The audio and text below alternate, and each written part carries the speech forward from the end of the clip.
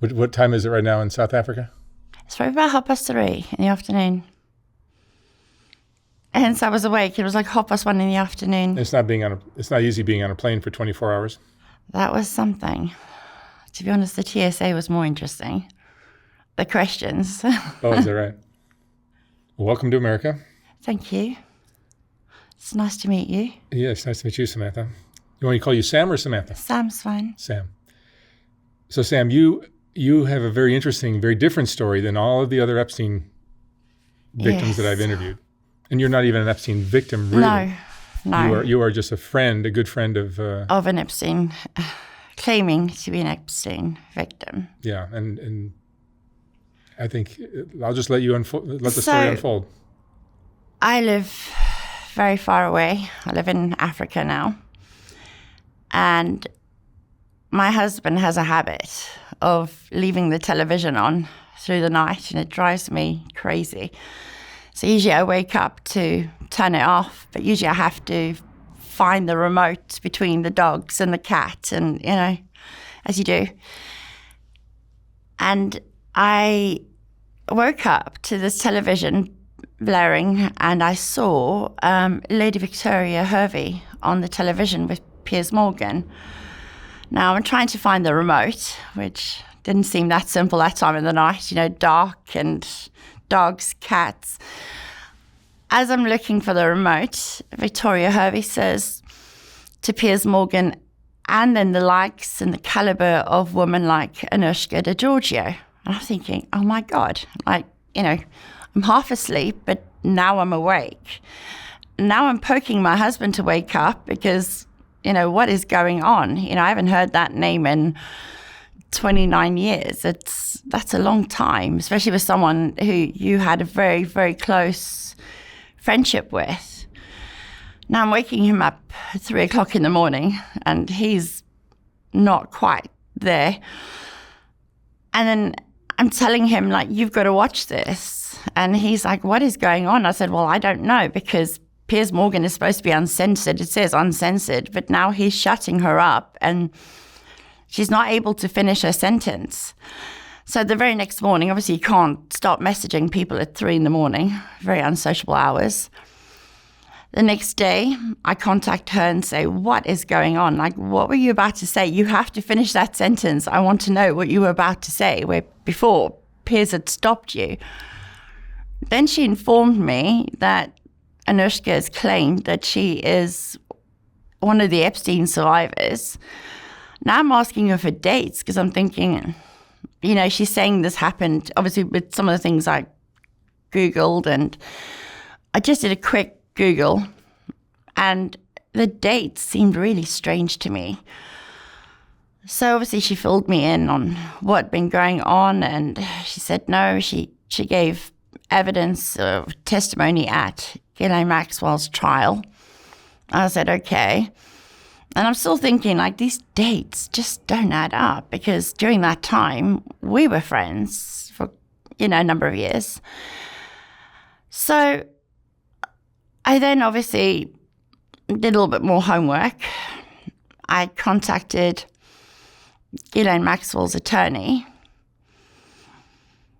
I told her who I was. I said to her I was friends with Anushka during the period of 1995 to 1997. And we had spent significant time together. And her attorney said to me, you're one of the missing links. And I said, what do you mean by that? And she said to me, well, we couldn't find people around that time period that could, vouch for where she was, what she was doing. I thought, okay. So I said to her, well, I'll write down a brief statement to my time with her, things that we did and where she was living. I gave her a home address. I told her what she was driving. I gave her names of friends that we had, mutual friends at the time. And the picture, and then she sent me something interesting. She sent me the testimony that she'd given in court. And when I read that, I thought it was a joke, because the things that she said in her testimony, I didn't even know what to say. I was so dumbfounded to how she could even stand up in a court and blatantly lie to everybody. There were bits that I took out of that testimony that I knew weren't true. She makes comment of, well, this happened in 1994. And she went to Ghislaine Maxwell's house. I was okay, kept reading. Then they had a photo of her. It's marked as Exhibit 109. So obviously, I asked Ghislaine Maxwell's attorney, now, is this Exhibit 109? Exhibit 109 was of Anushka holding a dog. Now, I'd been to Anushka's house plenty of times in Eaton Square in London, Belgravia, during that time.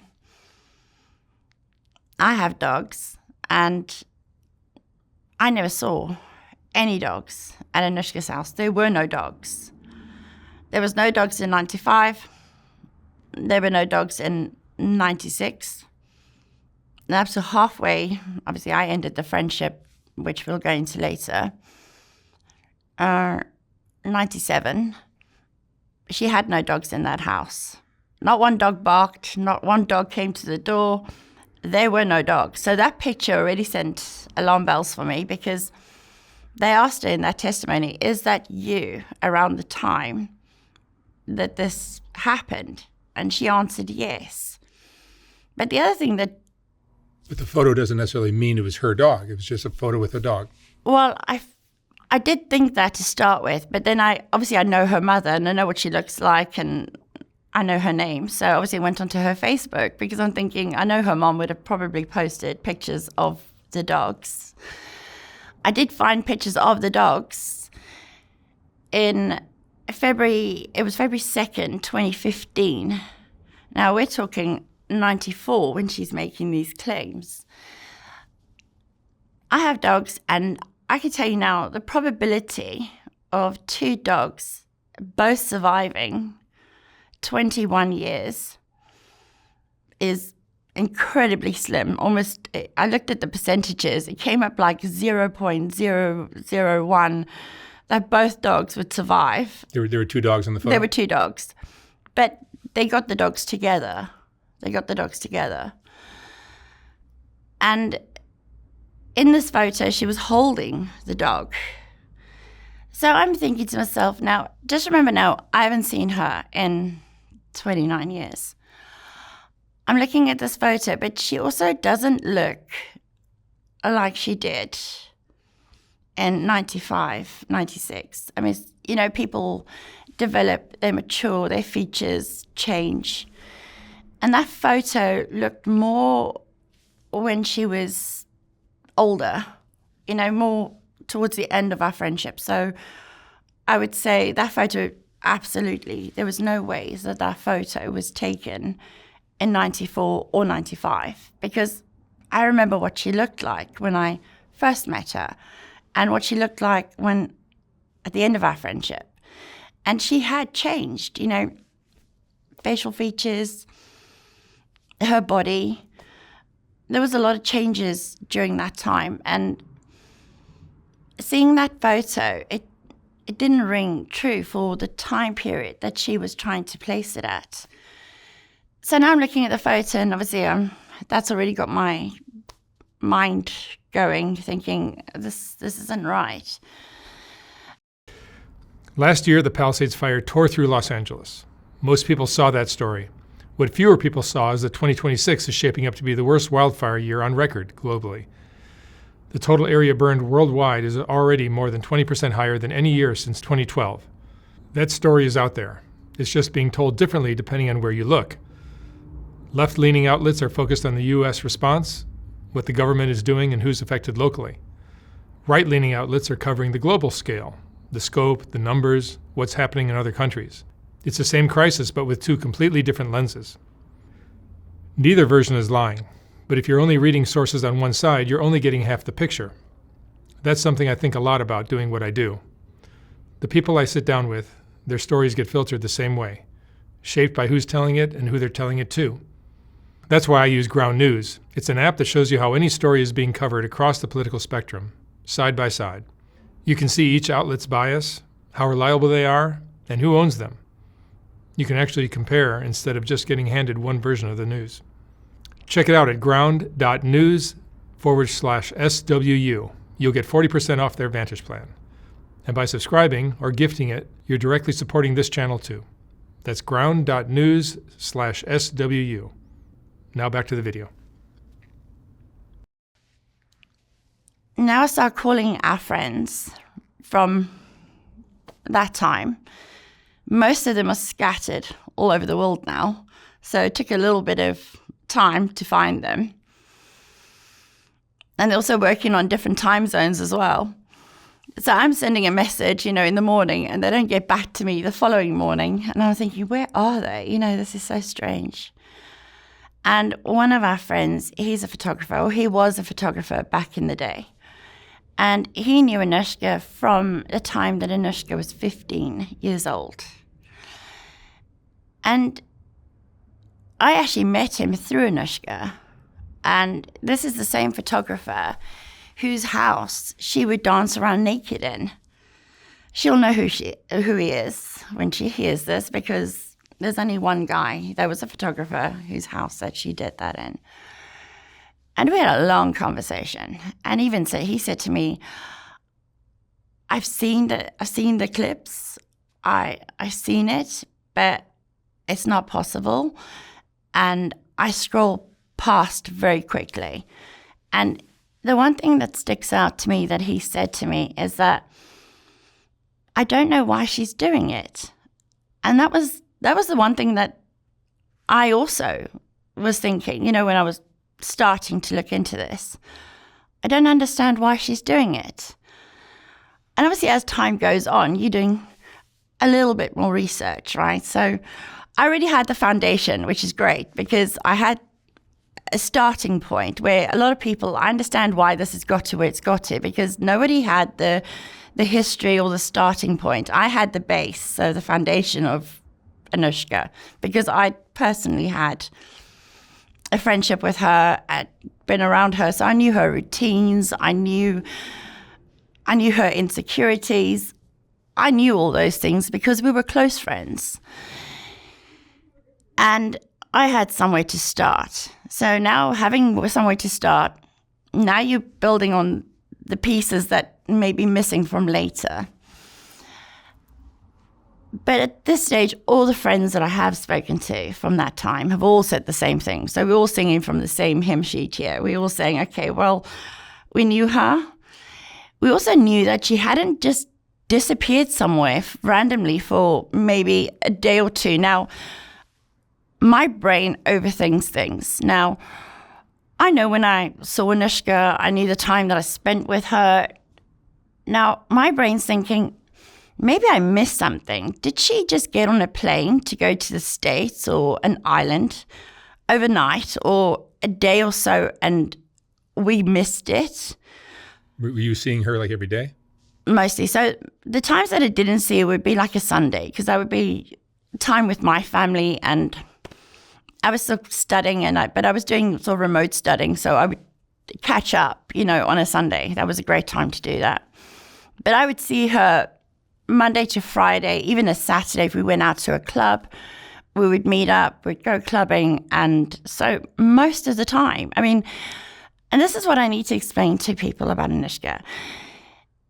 This suggestion of that she had this bustling modeling career, which they report on in the media, that is so untrue.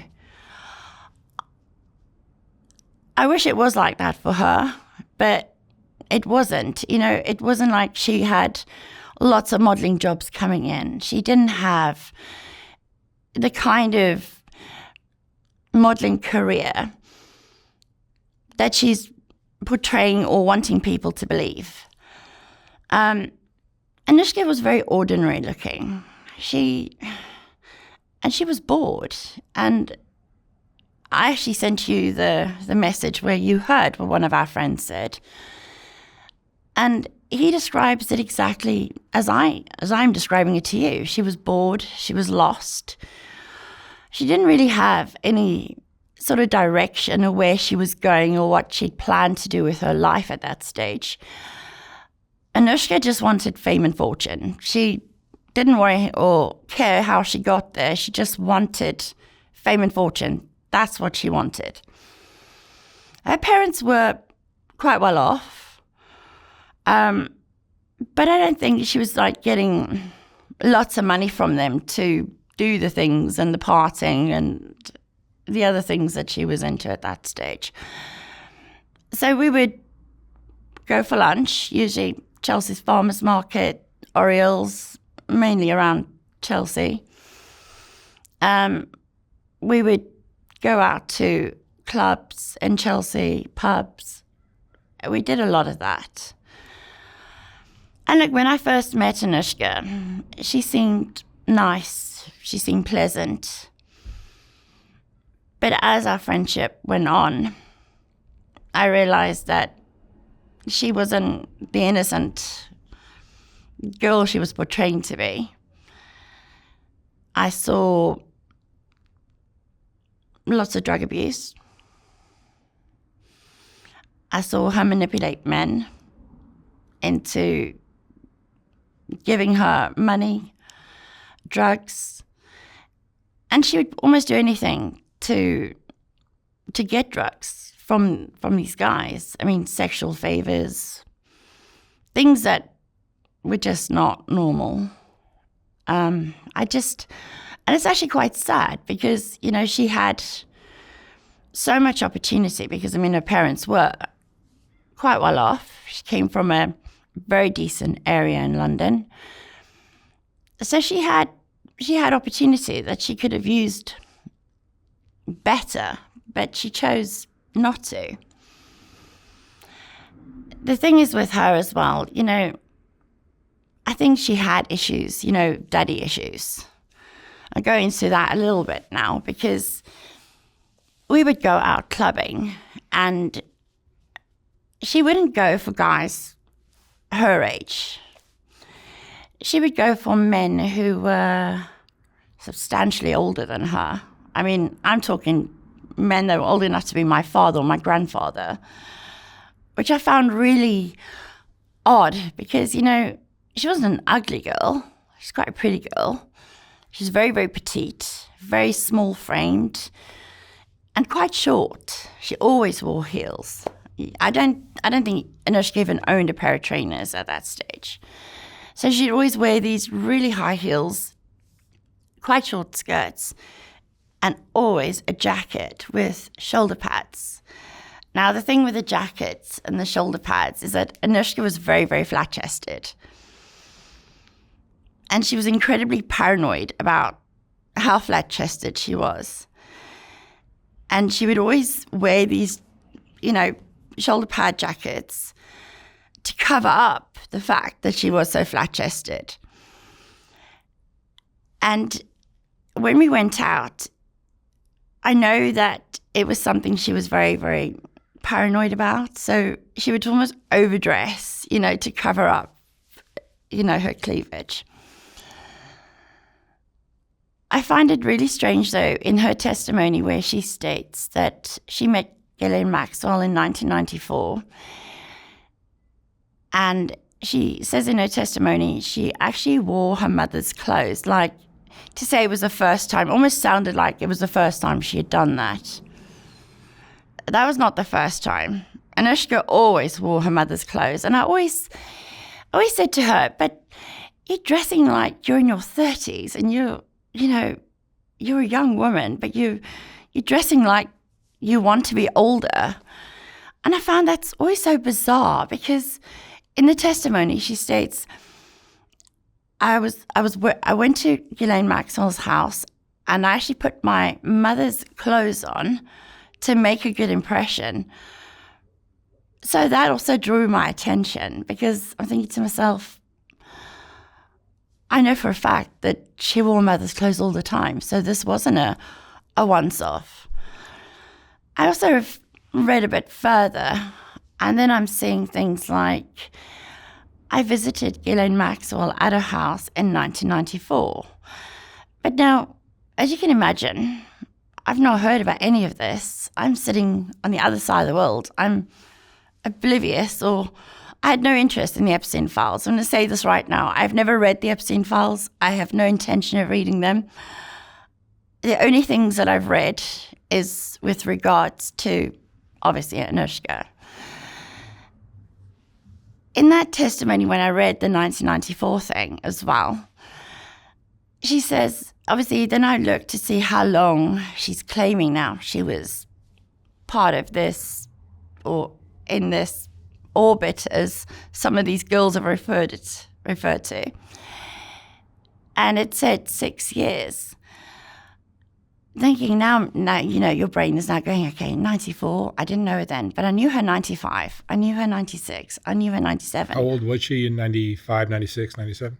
So when I met her, she was 3 years older than me, well, just actually a month shy of being 3 years old, 2 months shy of being 3 years older than me.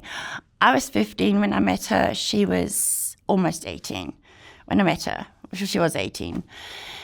And so we have a 3-year age gap.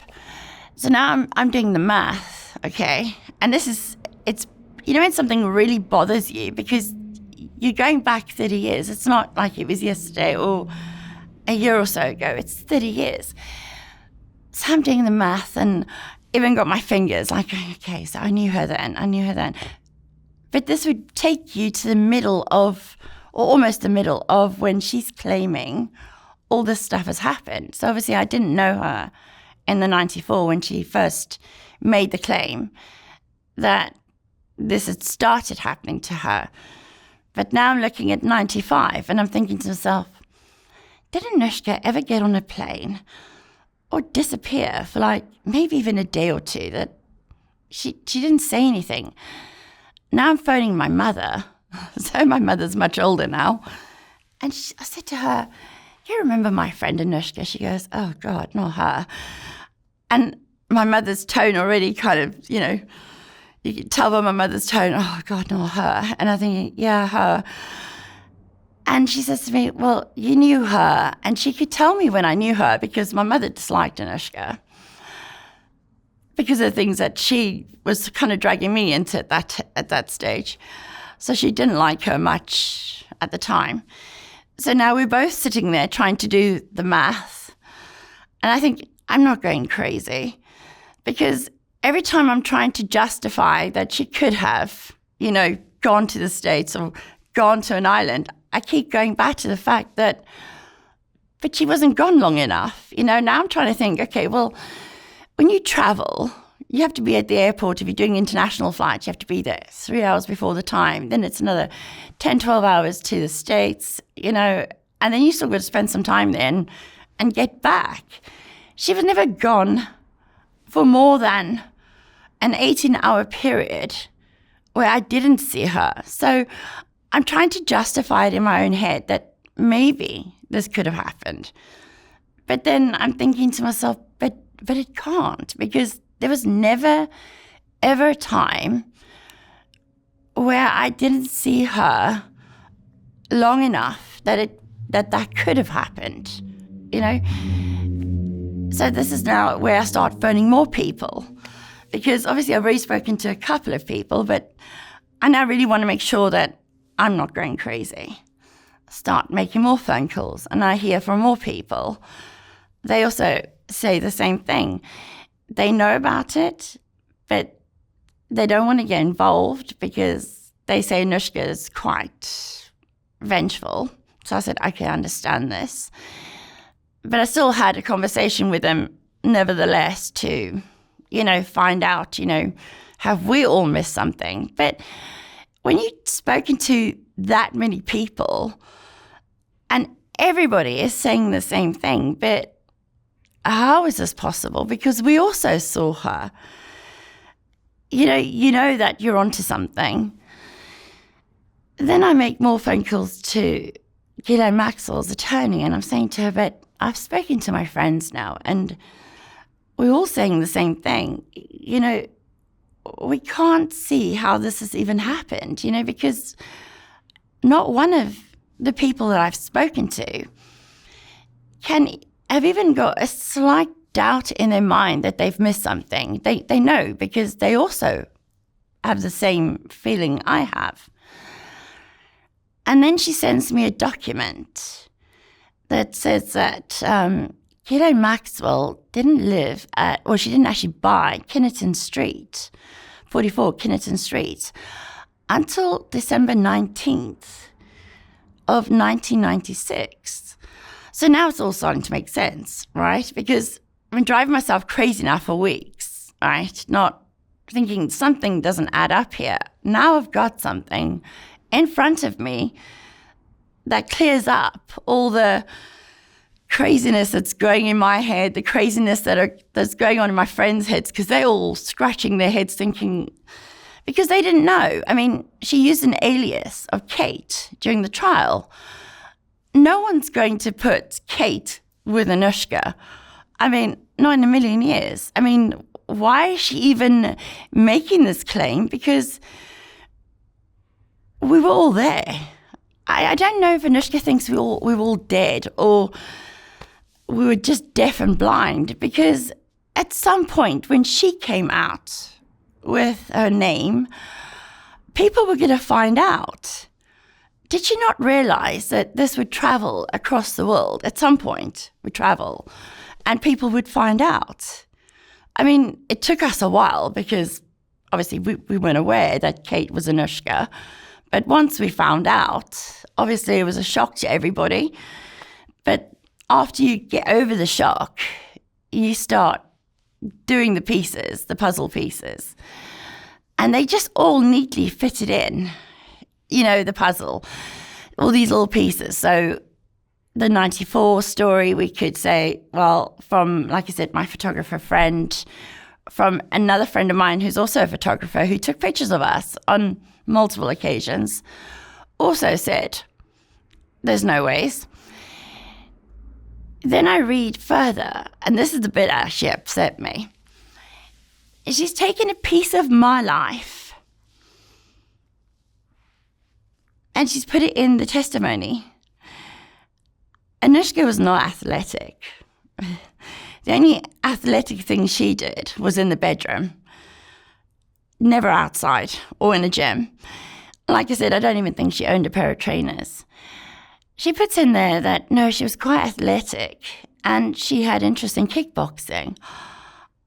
Now I'm flabbergasted, because my brother did martial arts and I'd invited Anushka along on multiple occasions to come and join in, you know, do something different. And she declined, saying I bruise like a peach. So left it at that. 30 years later, I see she puts it in her testimony. Then I'm obviously speaking to another friend of ours. And I said, did you read that part? And she said, she seems to do that a lot, take pieces out of other people's lives and throw it into her own. And like I said, the more I'm reading, the more confused and the more just my mind is just baffled by all this. Then I read something else. So I then get a document from Ghislaine Maxwell's attorney to say, but because obviously I had a lot of questions, this poor woman, I had tons of questions because I'm thinking none of this makes sense. She then sends me a document from a guy who owns the pub across from Ghislaine Maxwell's house as well. And he too verifies now that she never even lived there until 1998. So now the time's getting even more. Because first we're starting at 94. Then she only moves in and buys the house in 97. And now this guy's making the time period even more, because he's saying, well, she didn't even move in there till another year later. So now we're thinking, okay, but this is now 4 years. We're not talking about just a year or two out. We're talking 4 years where, you know, she can't have been there. You know, Maxwell did not even live there. And I want to explain to people that this has been months of digging, right? This isn't just yesterday. So a lot has happened in the past 4 months. I can't understand how her mother, who I met, has also not said anything. Like, she's just allowed her daughter to carry on with this story that couldn't possibly be true. And the reason why I'm going to now tell you why this can't also be true. In 1996, I met Ghislaine Maxwell twice. Once at the Dorchester and once at the Savoy with a friend of mine, Neil. When I met up with Anushka for lunch, this was at Orioles, I said to her, you won't believe who I've bumped into. And it's twice in a very, very short space of time. And everybody knew Robert Maxwell, Ghislaine's father. And she said, that's interesting. She said, I'd really love to meet her sometime. And I know it's been 30 years, but I still said to Anushka, why? You know, I couldn't really understand why. She said, oh, that woman would open so many doors. And she made that comment to me, and I'll never forget it. And it was quite strange because, like I said, when you hear what's happened, you're doubting yourself. You've now spoken to your friends. You now have been given the documents that say, well, it's not possible, so you're not going crazy. You now start remembering conversations you've had. And that particular conversation really stuck out to me because now I have to remember where she said it and when she said it. And I remember it was a photo shoot we'd done. And I had to check back on the dates when that shoot happened because it was after that shoot that I met up with her. And that's the day she said it. And that was in the December of 1996. Now you're even more annoyed at the fact that she's obviously lied to everybody. She's been deceitful because she's telling people this happened to her. And look, anyone who's been a victim of rape or trafficking, you know, you want to be supportive, you want to have empathy for them. But you can't have that when you know somebody is not being honest and that they've lied to everybody. She stood there at a trial and she told a version of a story that couldn't possibly have been true and that she fabricated. Now, I go further. I don't stop there because now I'm really interested. And it's more out of curiosity now. I already know she's lying because I've spoken to everybody involved. So the next step is to contact somebody else that I see that she's doing podcasts with. And that's Lisa Phillips. So it's a Sunday afternoon, our side, obviously a Sunday morning, your side. And Lisa Phillips is one of the star victims. Supposedly star victims, as you say. She and Anushka. I wouldn't quite call her that, but yeah. The public see her that way. But these two women are the star victims in the Epstein story. Yeah, so I see. Out of curiosity, I contact Lisa Phillips, not knowing what she's going to say or even having any expectations whatsoever, to be honest. I just see that she's doing podcasts with Anushka. So my inquisitive nature, just to find out a little bit more. I already have enough, you know. I phone Lisa Phillips on Messenger. She answers. I tell her who I am. I tell her I'm friends with Anushka, or was friends with Anushka. Not knowing what's going to happen, I start talking to her about this age thing because, during my inquiries with how this is possible with Anushka, because I knew this girl intimately, for a long period. She tells me the reason why this is probably not making sense is because we were encouraged to lower our ages. Now I'm standing next to my husband. She's on speakerphone because I'm actually chopping carrots at this point. I almost sliced my finger with, the shock of what she's just told me. My husband's looking at me. His mouth is almost dropped to the floor because obviously I don't hide anything from my husband. I mean, we've known each other 38 years, so he knows everything. And we have that kind of relationship. If I have a conversation, I have it in front of him. I don't hide anything. He's now standing next to me. The expression on his face, his jaws dropped to the floor. And because I've told Lisa now, I said, I know Anushka, or I knew Anushka. And I said, the testimony she gave, it can't be possible. I tell her nothing adds up because I already have the foundation of Anushka's life, where, her history.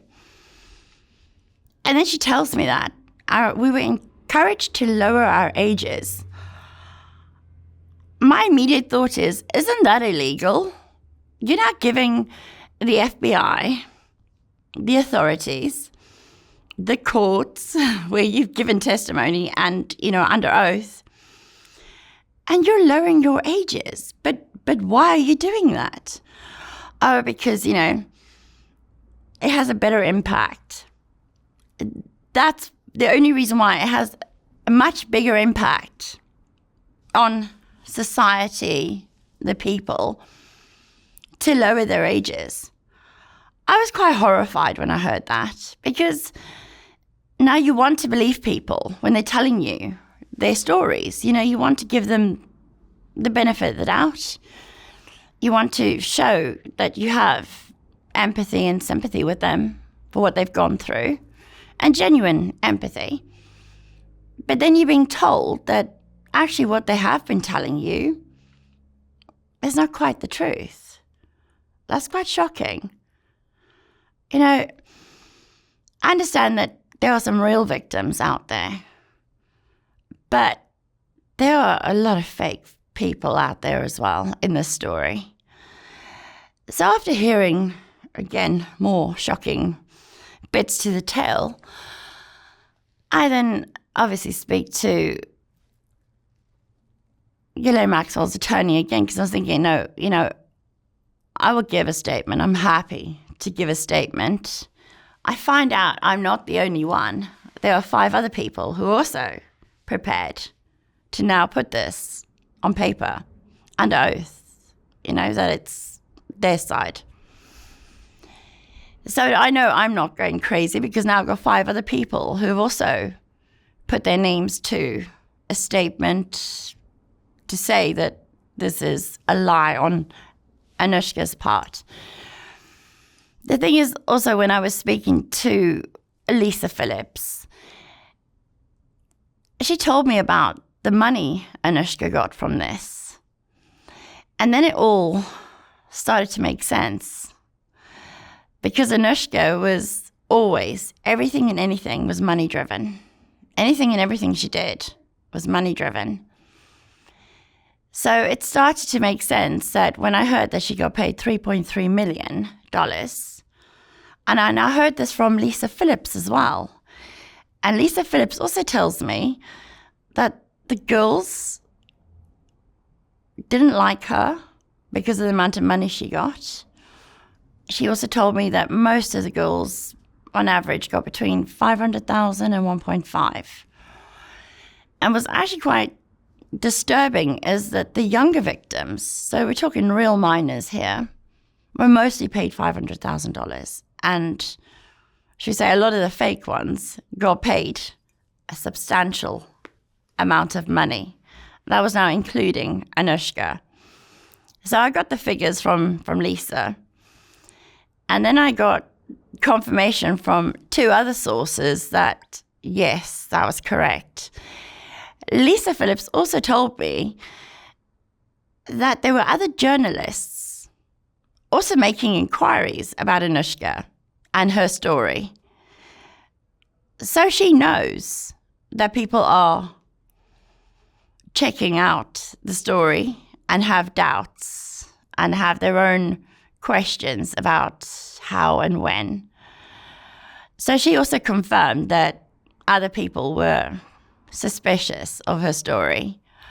But obviously they don't have what I have, is the time spent with her during that window when she claims all this was going on. Now I want to tell you why Anushka and I actually ended our friendship as well. So like I said, when I first met Anushka, she was quite pleasant. She seemed nice. She wasn't really a girl's girl.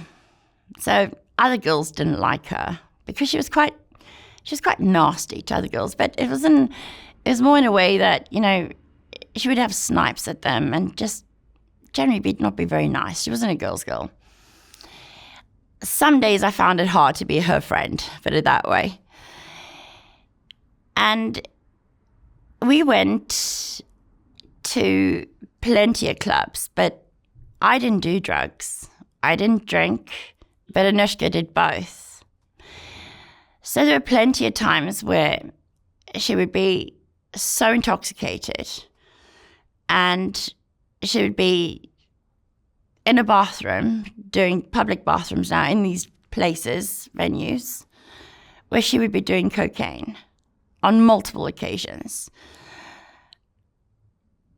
And it was really not my thing. I was never into the drugs. I was never into getting drunk. I wasn't a drinker. It was actually the start of the end of our friendship it started to get quite serious, the drug use at this point. It was December of 2016. The drug use got quite bad. And we went to the opening of a club called the Leopard Lounge it was Fulham Road in London.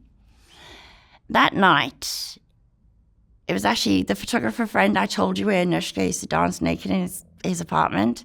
He was actually the photographer who was taking photographs of that night. And he remembers us being there because he said, "Oh my God, yes, I did the opening." And I said, "No, I know. I remember you being there." And he confirmed that, yes, no, he was the guy taking the pictures for the opening event that night. So at least he remembers that bit.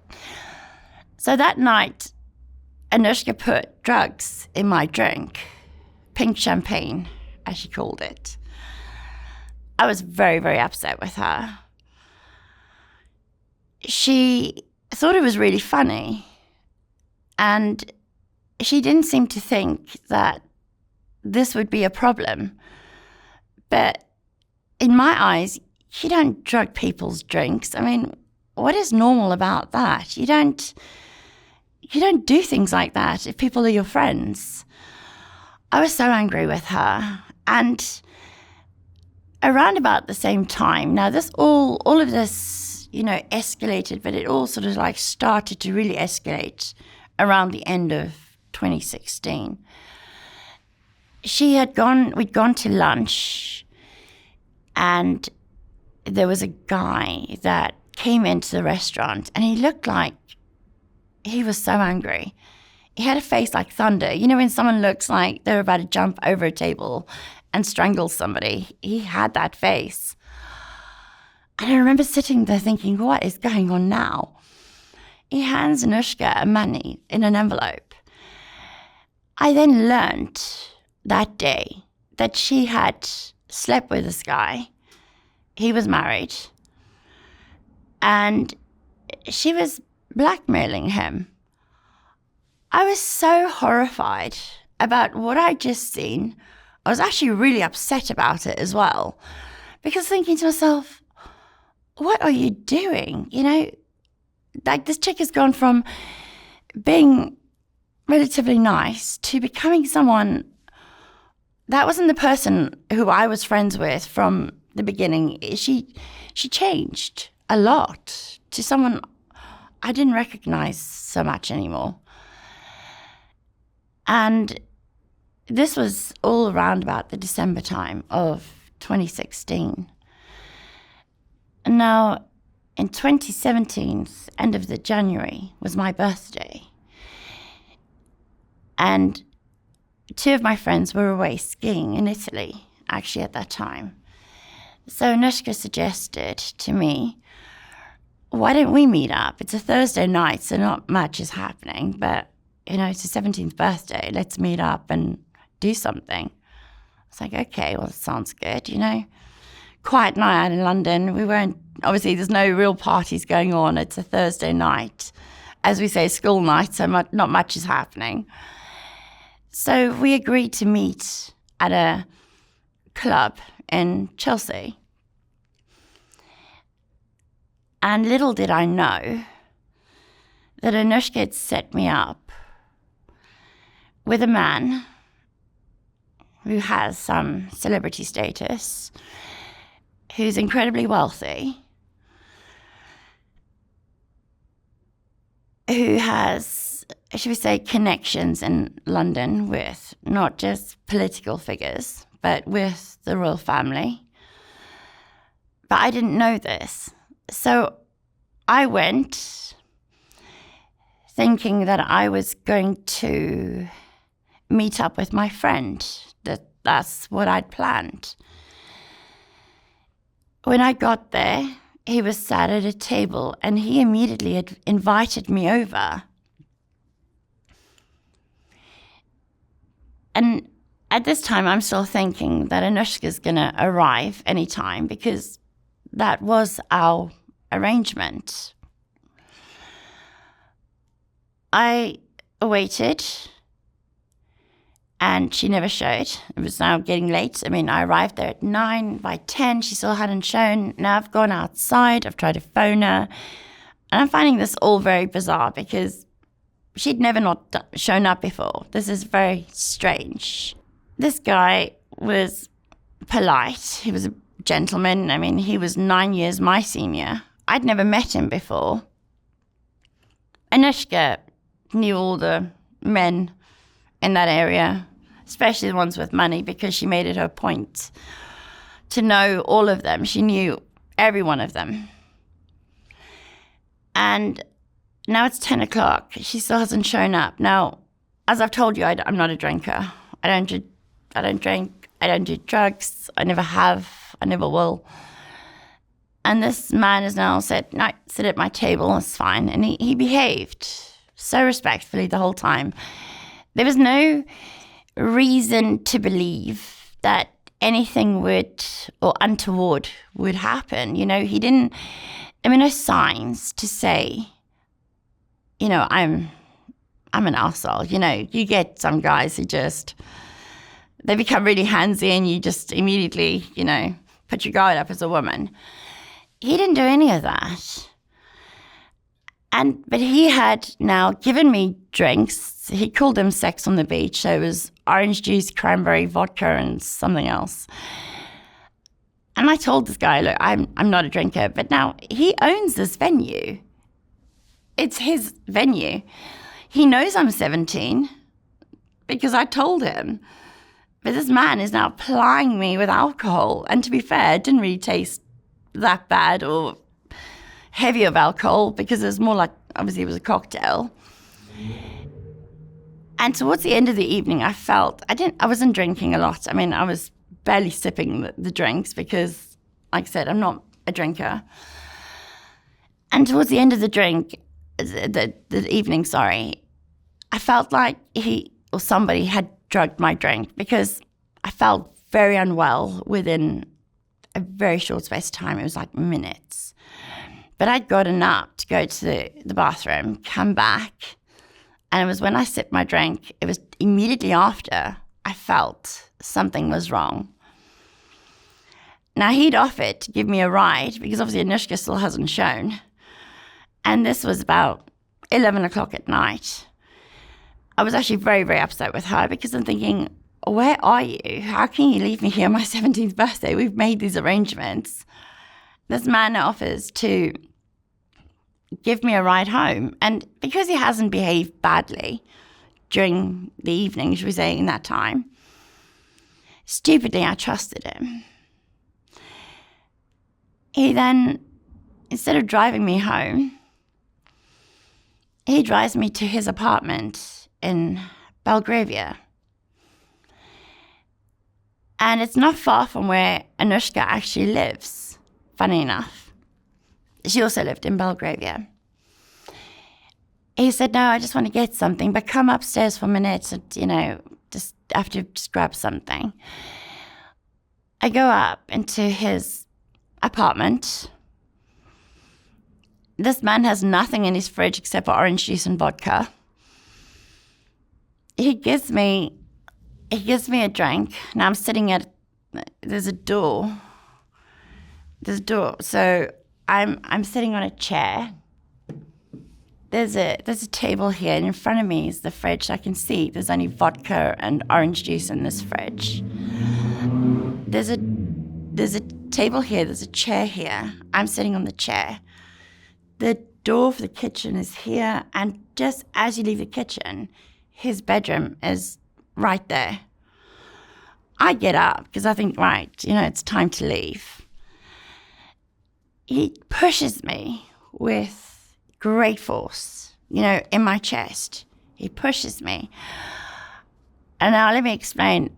Back then, I almost weighed nothing. I was tall, but I was very skinny. And I actually felt so weird, like, your head's spinning. And that's when this man had actually raped me. I don't even know how to explain how that feels, that, you go out in the evening to meet your best friend. You're 17 years old. So not mentally not mentally mature enough to deal with all this stuff.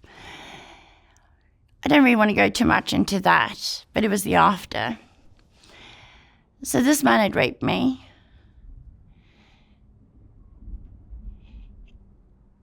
He then... Were you even conscious? No.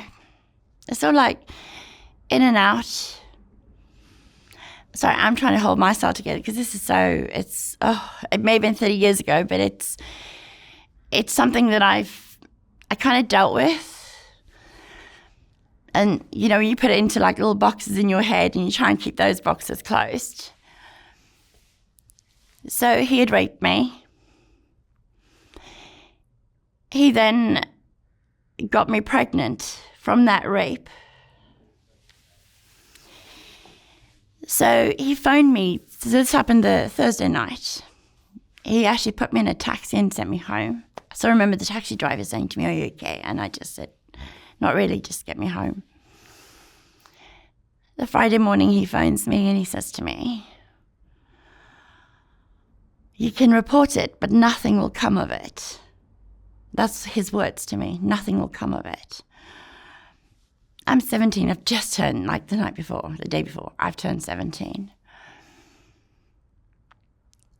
His words were just so disturbing to me. If you report it, nothing will come of it. It took me a day or two. And I thought, you know what? Why am I going to stay silent for this man? I don't know him. I owe him nothing. I did nothing wrong. I didn't do anything. All I did was go somewhere to meet my friend. She didn't show up. And I actually didn't speak to Anushka for about 2 days. Probably the longest I've not spoken to her was 2 days. Because I had a lot to process in my own mind at this stage.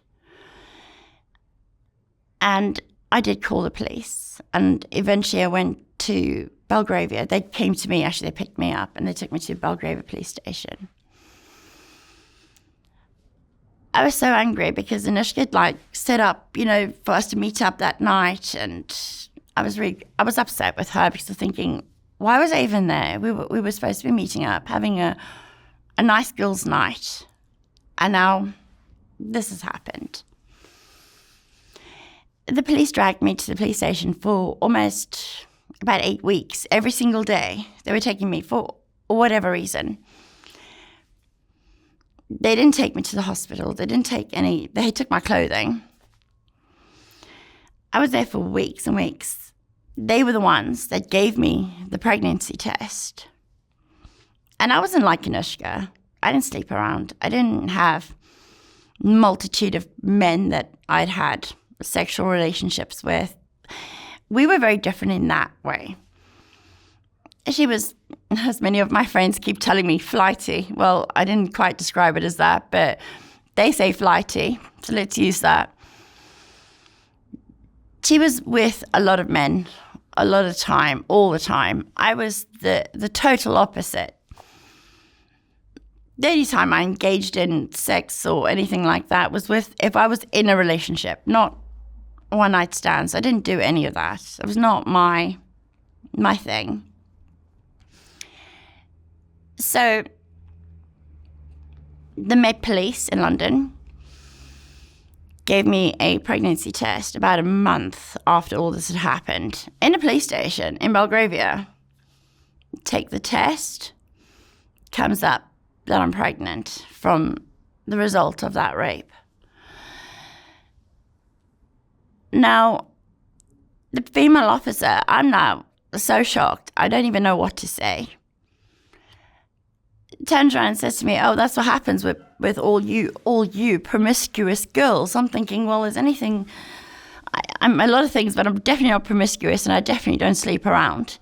So I was very upset by her remarks. It's like she was painting me as the same brush as, some of the other girls who were party girls. I then obviously found out that I was pregnant. The behavior of these two Met police officers, they had literally bullied me and emotionally tormented me. I told them that Anushka and I had plans that night to go to this venue. I found out later that they didn't even talk to her. They told me that it was my fault. I shouldn't have been there. So during that 2 months, all they did was break me down emotionally, mentally, telling me it was my fault all the time, to the point that you actually believe it, to the point that you think it is my fault. Then they forced me into having the termination. They told me I had no choice.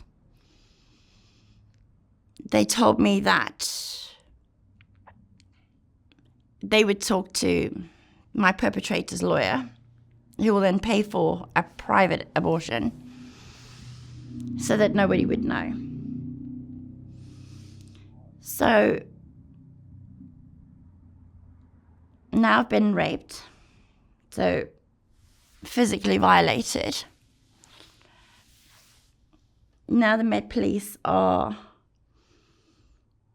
mentally and emotionally violating me on a daily basis now. They're picking me up every day at my house, taking me to Belgravia Police Station for whatever reason. And they took the statement, so what more do they want from me? They arranged that this guy's lawyer phones me, pays for that abortion, and so he gets the opportunity to walk away scot-free because no one's going to even know about this. Now, this is where I want to mention something about Anushka and the press. During my time at the police station,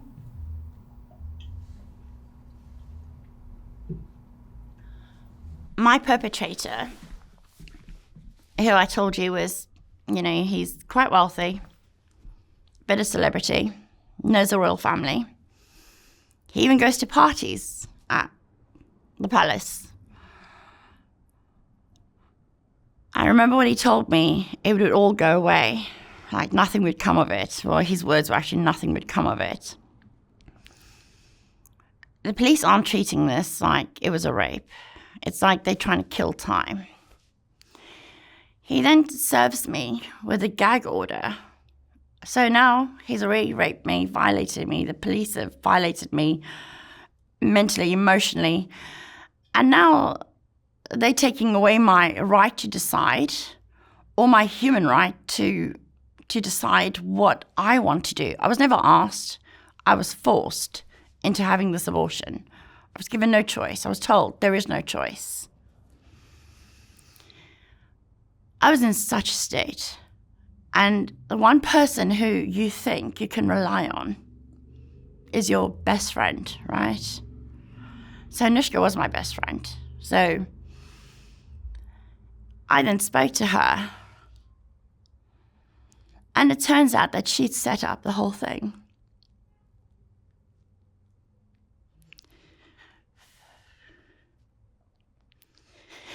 When you think that you have a friend and you think to yourself, you're supposed to trust your friends. And then you find out that your friend was responsible for that. That was very heartbreaking and actually quite disturbing.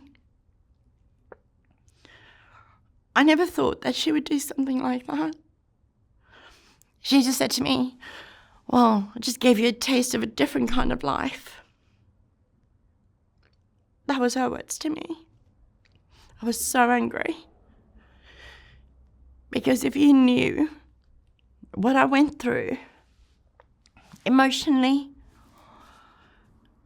with regards to the whole situation, that was tough. Was there money involved or anything like that? I will never know.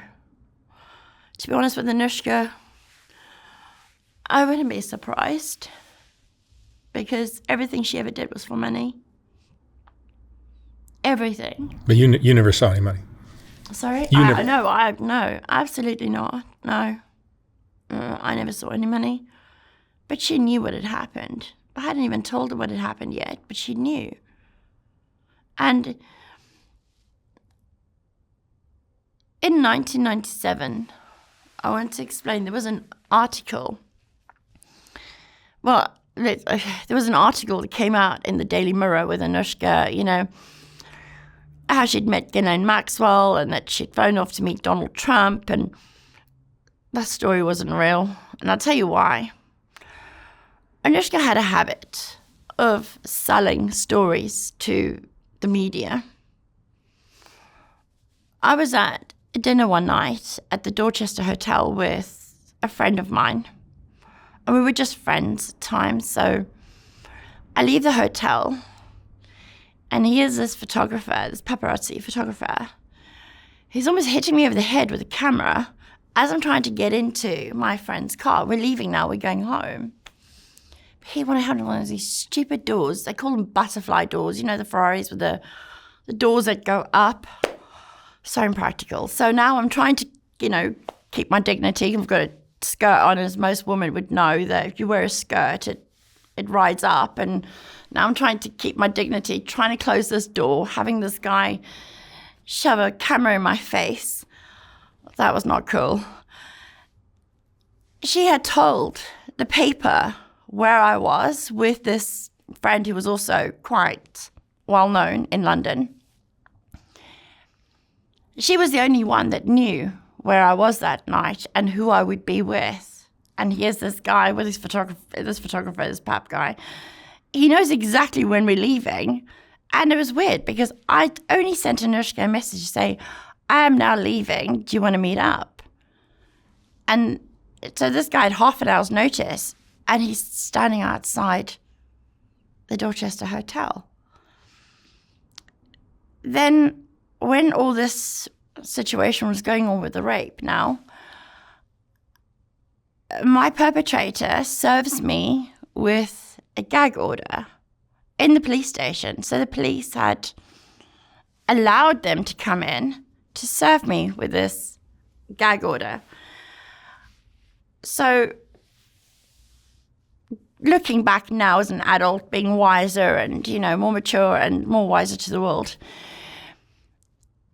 I look back now thinking to myself, but I never spoke to anyone about what had happened except for Anushka, the 2 police officers, and my mother. And my mother certainly wouldn't have phoned the press. I can tell you that now for nothing. The only person that could have would have been Anushka, because nobody else knew. Nobody. I hadn't spoken to anyone except for 4 people, the 2 officers who were involved, Anushka, and my mother. So why would I be served with a gag order unless someone had already tried to approach the press with a story? Then I read what's been written in this gag order, and not a single document, not one, relates to me or anything about me, or there was nothing. It was like they were writing about random people and just shoved it all in this document and produced it to the court. Now, there's something else I want to tell you. My rapists, lawyers, have threatened me over a 29-year period. So the last email I got from them was this year, February, to make sure that I still stay quiet. But my response I've actually for the first time in 29 years, actually felt great, because I actually replied to Mr. Thompson's email and said to him, well, I'm not 17 anymore. I'm not taking any more of your bullying. I'm not taking any more of your crap. This is where I draw the line. You may think could have bullied me when I was 17, traumatized me with some fake gag order, which not one document related to me in that order, or the things that you were talking about. So I said to him, you know what? I think I need to approach the courts, because the thing about these kind of documents is you have to provide proof and honest testimony to a judge to be able to obtain such an order. You can't make up things and then just throw them in there and hope, it goes your way. I said, I still have that document. And when I'm looking at it, you guys have perverted the course of justice, because you've just put some random stuff in there just so that you would get it. And I said, not one thing in that document was actually true. And I said, I can prove it, because I can go to the people that I've recently been speaking to with regards to Anushka, and they can vouch that what you've put in there is a load of lies. They even went as far, I don't know if you know The Body Shop. It's a brand mostly in the UK. It's a big company. They are against animal rights, more for animal rights, but against animal testing and so forth. It's a big brand in the UK, or it was then, not so much now. They'd even shove some document in there. Now, this woman who owned The Body Shop, her daughter was called Samantha. They even shoved a document of her daughter, something to do with her daughter, in this gag order. Now, what has she got to do with me? Nothing. So they went to a high court to get an order to stop me from talking to any member of the press about what he had done to me. Now, after going through, obviously, what she put me through, obviously setting me up, I now know she set me up, which I'm very upset with at this point, but not even sure how to process it or even how to deal with her, with how do I approach her now to say to her, what you did was just, that's just, people don't do things like that to friends or anybody for that matter. So I hadn't seen her the whole of February. And like I said, I was actually still pregnant in the March, and it was actually her birthday. So just after her birthday, we met up, but we were going to meet up at her house at 27 Eaton Square. And I get there, and I knock at the door. Still no dogs. And there's two men standing in her lounge. There's drugs. There's alcohol. I just took one look at this and left. I didn't say a word to her. I just looked around the room and thought, I don't know what she's got lined up, but I'm not staying to find out because of all the things that she had just put me through. I just, when you think to yourself, I haven't even had a chance to have a real conversation with her. Obviously, she told me that, give me a taste of a different life, but certainly not a life I wanted or even asked for. And now she's setting up what looks like an orgy in her house because there was a bag and I got a glimpse of like some fluffy handcuffs. And then I'm looking, this is to the right. Now I'm looking to the left. When you walk in the door, the lounge is to the left. There's men, there's drugs, there's alcohol. I've just turned around and I've just gone straight out the door that I just came through because I'm thinking I'm not hanging around to find out what she's got coming next. I mean, I could just imagine because of what she had done recently, how she'd behaved, the things that she was doing. She was getting more promiscuous and more sexually active with doing so many different things at this stage. And again, this is what year? This is 97 now. 97. 97. When she was actually, what age? So 97, she was 20. Yeah. But the $3.3 million that she received was because she was an underage victim, right? So she says, she makes a claim that this all happened to her or started to happen to her in 1994. I didn't know Nushka in 1994, but I know people who did and people that she was very, very close to. There was a man, I mean, I can use his name now. I mean, he's dead. In 1995, I was at the Chelsea's Farmers Market with Anushka, which is somewhere we went all the time. It was one of her favorite places, was Chelsea's Farmers Market. And it's right in Chelsea. It's quite nice. It's got restaurants. It's got a bit of nightlife. It's quite a nice place to go. But it was one of her favorites, or one of her favorite places to go. And there was a guy called Dorian who shows up. And I've never met Dorian before. And I'll never remember the first time I met him because he was quite a decent guy. He seemed to have some personality and, he seemed quite charming. Anushka gets up. I don't even know where she went to, but she left me now with this guy who I've never met before. And he starts telling me, I said to him, how do you know Anushka? He then starts telling me stories and he said, oh, well, I've had threesomes with her and like one other girl. And how do you respond to that? I didn't expect something like that to come out of this guy's mouth. And then he starts going into some detail now. And I know the girl he's talking about because this girl also knows Anushka, and I've met this other girl. I can't say her name because she is still alive. She's got a double-barrel surname. She'll know who she is. And Dorian starts telling me about these threesomes. Apparently she's been having threesomes with him and this other girl since she was 15. Well, Anushka never told me about the threesomes.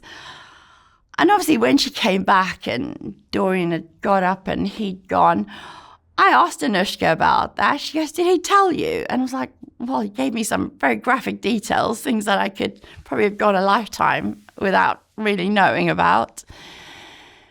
And she confirmed it. She said, yes, well, it's true. I was, when you hear something and you're like, wow, okay. Didn't expect to hear that, at this time of the day. But it was quite shocking when I was told about this, and then she confirmed it. So this was, obviously, that's what she was doing, 94, 95. So when she was 15 and 16, she was already having some pretty wild times in the bedroom with other people. So you could see her character and the things that she was getting up to at quite an early age. And trust me, that didn't sort of calm down as she got older. It just got more. Or should we say the adventures got more with different men. She would do things like with the older guys. She would experiment. She wasn't shy in telling people either what she was doing or what she was up to. And again, there's some conversations you're prepared to hold with your friends, but some of the detail was a bit too much, even for me at that stage. I mean, I was younger than her. So what you're saying is she may have been fast enough to be doing the things that she claims she was doing with Epstein and his friends, but look, she wasn't really in contact with them. No. So, like I said, in 1996, and it was definitely the December, because I remember where we were. I remember where I had been that day. And I remember when I saw Ghislaine Maxwell. And it was quite strange because, like I said to her, twice in a very short space of time to bump into somebody. And I said to her, like on the second time, I said to her, that is like the oddest thing. I bumped into Ghislaine Maxwell twice in a really short space of time. Because I didn't know she lived in the UK, because I assumed at the time she was living abroad, I never thought that she was living I'd never seen her before then as many times as I had in that very short space of time. And we were often at the Savoy, the Dorchester, the Hilton in Park Lane. We always had like drinks or lunch or breakfast there at the hotels. And one of my ex-boyfriends, well, he's ex, but he was my boyfriend at the time, used to park his, supercars at the Hilton in Park Lane. So we used to go there quite often to have breakfast and then swap cars over, because he would park them there because it was safe to park them there. As you know, London isn't a great place to park anything because it's very expensive, or your car gets damaged or stolen. So that's where he would park them. And so we would go to hotels, and not to sleep there, but usually to eat or have a drink, and, we'd bump into people. And I'd never bumped into Ghislaine before that time. And there's twice in a very short space of time. And when you have a conversation with a friend and it doesn't mean anything, it's just something you would say in passing, like, who I saw the other day. It was more like that, you wouldn't believe it. I bumped into Ghislaine Maxwell twice in such a short space of time. It was just bizarre. And that was the December of, like I said, it was of 1996. But I bumped into the first time in the October, and then again in the December, which was very short. It was definitely after Halloween, because I remember we went to some club called the Iceni for Halloween, and there was something else that came up. So you got to remember now, all this is very scattered in my mind. So much has happened in such a short space of time. I see the recent interview that Anushka did with Loud Bible. Now, I don't want to tell you how many people have actually sent me this interview. Lots of people that we know. Sorry, I have a bit of a cold. I get sent this interview from Loud Bible, and Anushka comments or says something about, how Ghislaine Maxwell and Jeffrey made her wear a school uniform, and how distressing and how disturbing this was for her. Now I'm thinking, Anushka actually dressed up like a slutty schoolgirl for a party that we went to, and that was in 1996. And she's claiming that this all happened in 94, 95, 96. When she dressed up in that slutty schoolgirl outfit, and I still remember because she stuffed stuff in her bra to make her boobs look bigger at this point. She wore, schoolgirl outfit. But I don't recall her wearing it any other time except for this party that we went to. And now she's talking about this schoolgirl outfit in this, Rad Bible outfit that, all this interview she did to say that how, disturbed she was by it and, But I don't understand that because, she seemed pretty fine with it when she was wearing it when we went to that party. There was and trust me, she had a really good night that night, and there was no kind of behavior where, I feel a bit emotional or any kind of upset. There was nothing of that when we went to that party.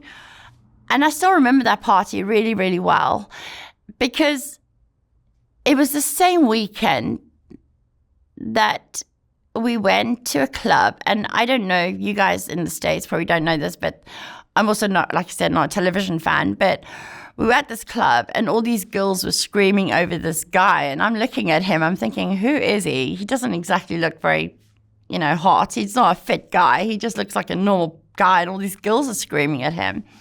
Turns out it was a guy called Ricky from EastEnders, and I'm thinking, I don't even know who that is. And I'll never forget that because that was at the Iceni, and it was the same time period when she had worn this outfit. And I remember it because I remember the club, I remember the night, I remember what we were doing. So you remember now, when you're going back 30 years, it's a long time, right? This wasn't something that happened last year or the year before. We're talking, some of these people aren't even 30 years old who are going to be listening to this. They weren't even born yet. And we're trying to remember things that happened that long ago. So then I've gone back and I've obviously checked the dates of when these places opened. I remember who we were with. And that's when she wore that schoolgirl outfit. It was in 2016, but it was just around the Halloween time. I don't think it was on Halloween, but it was definitely around that time because we wouldn't be dressing up unless it was Halloween, you understand? So in the UK, they make quite a big thing of it as well, like you guys do in the States. Everybody dresses up and they go out. And I never dress up. And that would be the only time I ever dress up is when we would be going for a Halloween event to some sort of club. And that's why I know it was around about that time.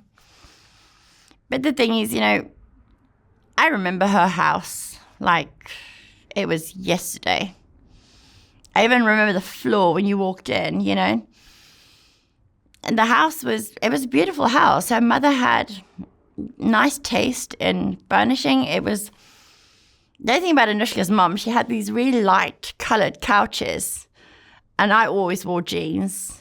And I was always so paranoid about sitting on her mother's furniture. And now I've got blue jeans on and these couches, or I wouldn't say they were white, but they were very, very light, like a creamy color couches. And you're just thinking, yeah, I don't really want to sit on that because I've sat on furniture where your jeans, the dye comes off.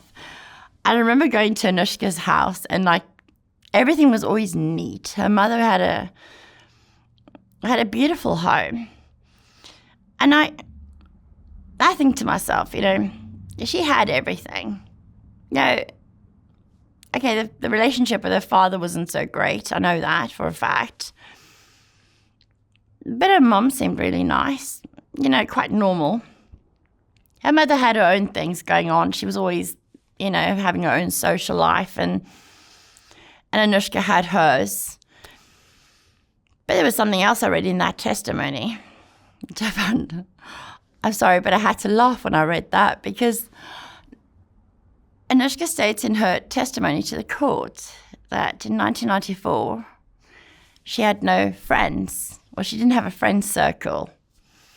Now, I know her friends, obviously.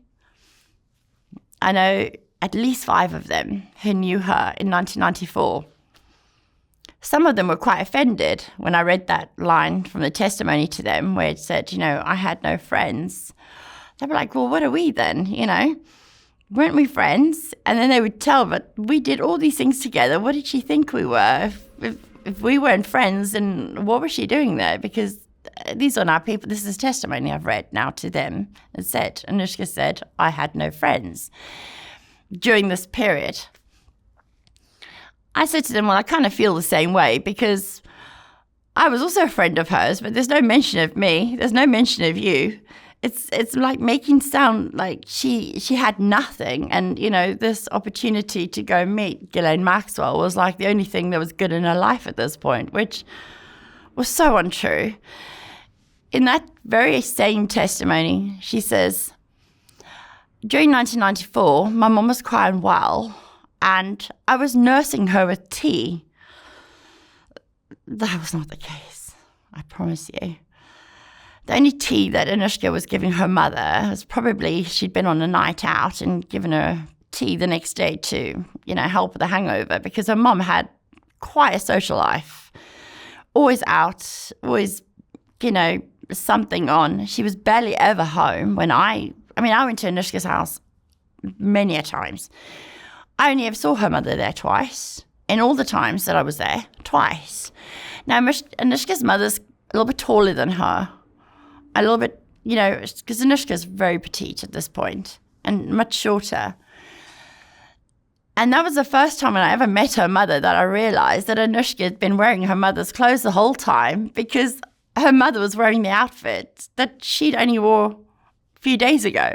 That's how I know about the sharing of the outfits, because when I saw her mother on those occasions, it was like Anushka and her were sharing a wardrobe, exactly the same clothes. Another thing that was mentioned in the court testimony, I'd borrowed my mother's clothes. That wasn't a once-off.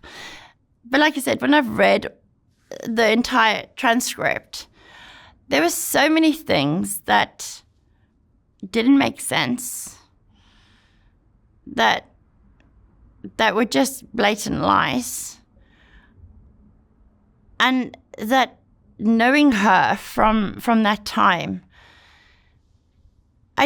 none of it actually just added up for me. And I'm disappointed in her because, doing things when you're younger and thinking you're getting it away with it is very different to being a fully grown adult, making up a fabricated story, thinking that nobody from your past is going to come forward and say, hold a minute, how's that possible? I was there with you. I spent all that time with you. Now, how are you telling me that all this stuff happened, myself included now, that I didn't see anything, your friends didn't see anything, but no one saw anything? How is this possible? Explain it to me, because now I've sent her a message as well, because now I thought, okay, I've spoken to everybody, but now it's time that I message her, because, I want her to know, not only do we know now, her friends, but I also know what she's been claiming. She doesn't answer, but she's read it. And the very next minute, she starts stalking all my social media accounts on a daily basis. But on the one, it tells you actually who's been looking at your profile. It actually comes up as a, pop-up. And that's when I contact a couple of our friends and I send them this. And they said, yeah, quite interesting. She's been doing the same to us. So she knows we're onto her. And she knows that if somebody asks us, we're going to tell them, because I've said in the message to her that if somebody asks me, I'm not going to lie for you. I'm going to be very honest with them about everything from start to finish. So now you have to bear with me, because now we're jumping forward 30 years. And part of the investigation into the bits that came after me, there were some people that still knew her, right? One of our mutual acquaintances landed up living in the same apartment complex as Anushka. which was very interesting. And she didn't even know that they shared in a complex building at the time. She met her in the laundry room, and that's how she found out that they were living in the same place. This was obviously now 2014 that she started living there. She had told our mutual acquaintance that she was totally flat broke. She had no money. And she was very concerned. She also told that acquaintance that she was with a guy and he was quite a heavy drug user, and that, she was concerned about what she was going to do for money. She also obviously she was then not long after, or around about that time, I have the dates, everything written down, she had a child with this guy who, actually our acquaintance friend refers to him as a loser boyfriend. I've never met him. I don't even know his name. I said, I don't even want to know his name. But she said this guy had nothing to offer. And now she has a child with him. I think her child is now 12 or 13 years old. 12 or 13. Her daughter. And she's no longer with him. But to have the conversation already, kind of starts to make sense. Now, already at that time, she's telling one of our mutual acquaintances she has no money. Now she has a child to support. What is she going to do? She's not in her 20s anymore, appearing in movies. I mean, she did Elfie with, Jude Law, I think, the movie. She's now not in her 20s anymore. She's now hitting almost 50. What is she going to do for money to support herself? So our mutual acquaintance says that she thinks this is now why she is now embroiled in this case, because it was all to do with money. And we've all come together, tried to understand what has happened. And every person I've spoken to said they all think it's because of money, because why else would she want to do this? So then our mutual friend later on confronts her and says, but how is this possible? We've seen each other for so many years, on and off, all the time, thought we were friends, and you've never once mentioned this to me, not even one time. She then also tells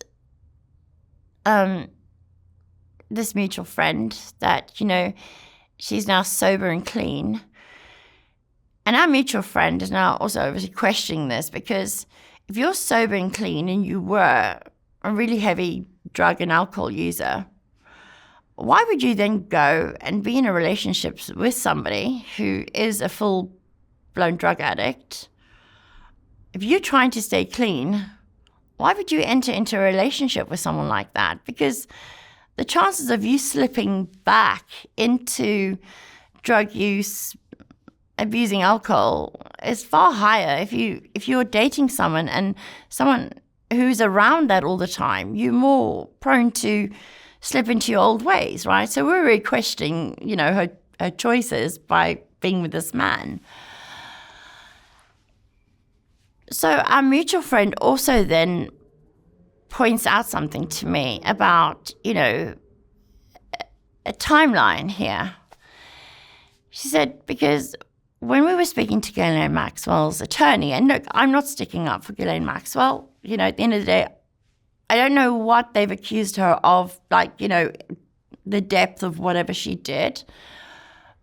But at the same time, I'm not prepared to say, I'm going to allow Anushka to carry on and continue deceiving people. So this is where my issue comes in, right? I don't actually care about the whole Ghislaine Maxwell side. She needs to, face up to whatever she did. If she did anything, she needs to deal with. But I wanted to speak to her attorney to understand Anushka's role in the testimony she gave. So myself and our mutual friend speak to other people now, because obviously there's more to the story that we're missing on. So whilst we're doing this, I also remembered something that Lisa Phillips had told me. Lisa Phillips told me that Brad Edwards, her lawyer, who I also emailed and said, by the way, do you know your client is lying to you? And don't you think you should be asking her what really happened? That's kind of just the gist of the email I sent him, nothing else, because I actually wanted him to say to her, like, what is the story here? Lisa Phillips said to me, Brad Edwards has photographs of Anushka and Jeffrey Epstein and Ghislaine Maxwell, or that he has photos of Anushka in their orbit. Her words, right, in their orbit. I was thinking, okay, well, I know something else now. Now, just after all this, I've learned something else. Now, this is much later. I found out that the boyfriend she had, that she was on the red carpet with, I know who he is. And then the acquaintance that we know then comes up the very same day and says to me, you know that she was in a Country Life magazine shoot. And I said to her, that's interesting. I said, I'd like to see those photos if he has them. She says, no, he doesn't have them because Country Life didn't want to use those photos. And I said to her, oh, why is that? She says, because Anushka took her tits out. No, I'm using her words, by the way, because that would not be the words I would use. She said, because Anushka took her tits out, shoved them in his face, and throughout the whole shoot, just let them hang free. And I said, for Country Life magazine. I said, but that's not Playboy or Hustler or something like that. Why would you get your boobs out for Country Life magazine? I mean, these are old people that read this. The husbands might be quite pleased, but the wives wouldn't be so impressed, you know? Then I said to her, do you know when those photographs were taken? Because Lisa Phillips told me something really interesting a little while ago. She says that Brad Edwards has photographs of Anushka and Ghislaine Maxwell together. So I said, okay. So now we're on a mission now. We find out new information now. We're starting all over again because now this is new stuff that's come to light. Anushka had photographs taken with a boyfriend on a red carpet, and we saw that she'd had a boob job. Now, sorry, I've got a real bad cold at the moment. So in the October of 2002, Anushka's on a carpet doing an event, and she has no breasts. So we know now, okay, October. We're working on dates here. October, she has no boobs. And this was now 2002. This guy, Tim, did a photo shoot for Country Life in the February of 2003. And he found the receipt to prove the date when he did this interview with Anushka, or the pictures. So we worked out, because Ghislaine Maxwell has said that, well, she met Anushka, but she didn't meet her until, much later. So now we're going back and forth and said, well, did she perhaps have boobs when you met her? And she said yes. Now we know that Anushka had the boob job between the October and the January, right? So 2002 October, January 2003. That's when she got the boob job.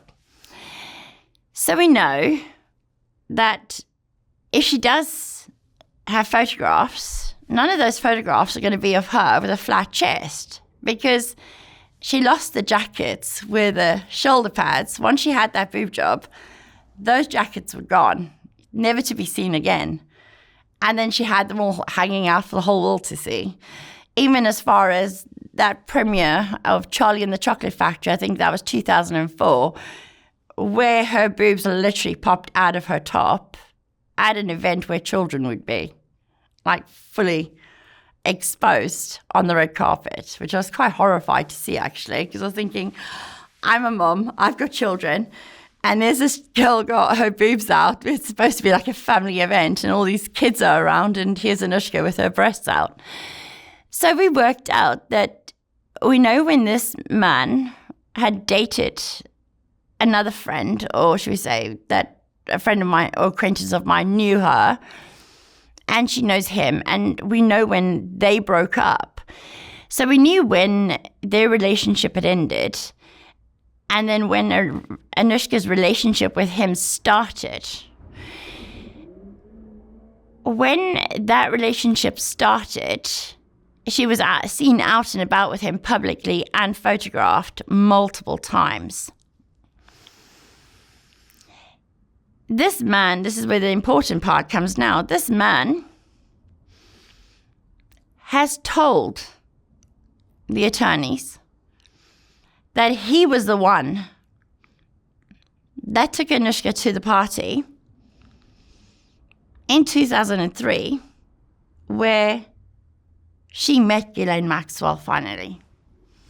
So that would have made Anushka, depends on which side of March it fell, but 26, 27 years old. Not underage at all. No. So the 3.3 million. And this guy he's also quite famous, also quite wealthy. Anushka's typical type of person. And he met her, so he says that he took her to a party where she finally got to meet Ghislaine Maxwell in 2003. But she claims she met Epstein and Maxwell when she was underage. She claims she met them in 1994. We found out through our very meticulous research that it didn't happen until 2003. When this guy who she was dating at the time took her to the party. And that was 2003. She already had her boob job. And she was already 26, 27 years old. So I can understand if someone's mistaken by maybe, a year or so. You can't tell me that you've missed 10 years or miscalculated your life by 10 years. When there's $3 million involved, you can't. And there's $3.3 million involved. And she told people that she's broke. She told them that already before obviously all this came to light. She already was working on this. Because I've heard that she was the one that contacted Brad Edwards to tell him that apparently she could help with information. Yeah, she could help with information because she knew them later. And that's also how she landed up in that little black book. She did know them, but not until she was 26, 27 years old. Anushka also claims she had a relationship with Donald Trump. I'm going to laugh now because that was funny. So she claims that she went out to dinner with Donald Trump on multiple occasions. I can tell you now, that never happened. If you knew what Anushka looked like when she was younger, before the boob job now, there is no ways that he would even blinked at her once, let alone twice. Why would he want to go out with someone that had a very, very flat chest, had almost no personality? I will tell you, with Anushka, the personality was very lacking when I knew her. She had no sense of humor. And she also, this is the other thing, there was another claim that... But she was a wild girl. She was popular with the boys, but for all the wrong reasons. She also made a claim that she was going to read law, which I also thought was almost comical because at the end of the day, when I knew her, she had no interest in education. She wasn't in school. She wasn't actively seeking to, go and study. She had no idea what she wanted to do. This claim of her being in school and, depending on her grade, she was going to go read law, that was such a load of rubbish. And I can't even understand how the FBI, your DOJ, or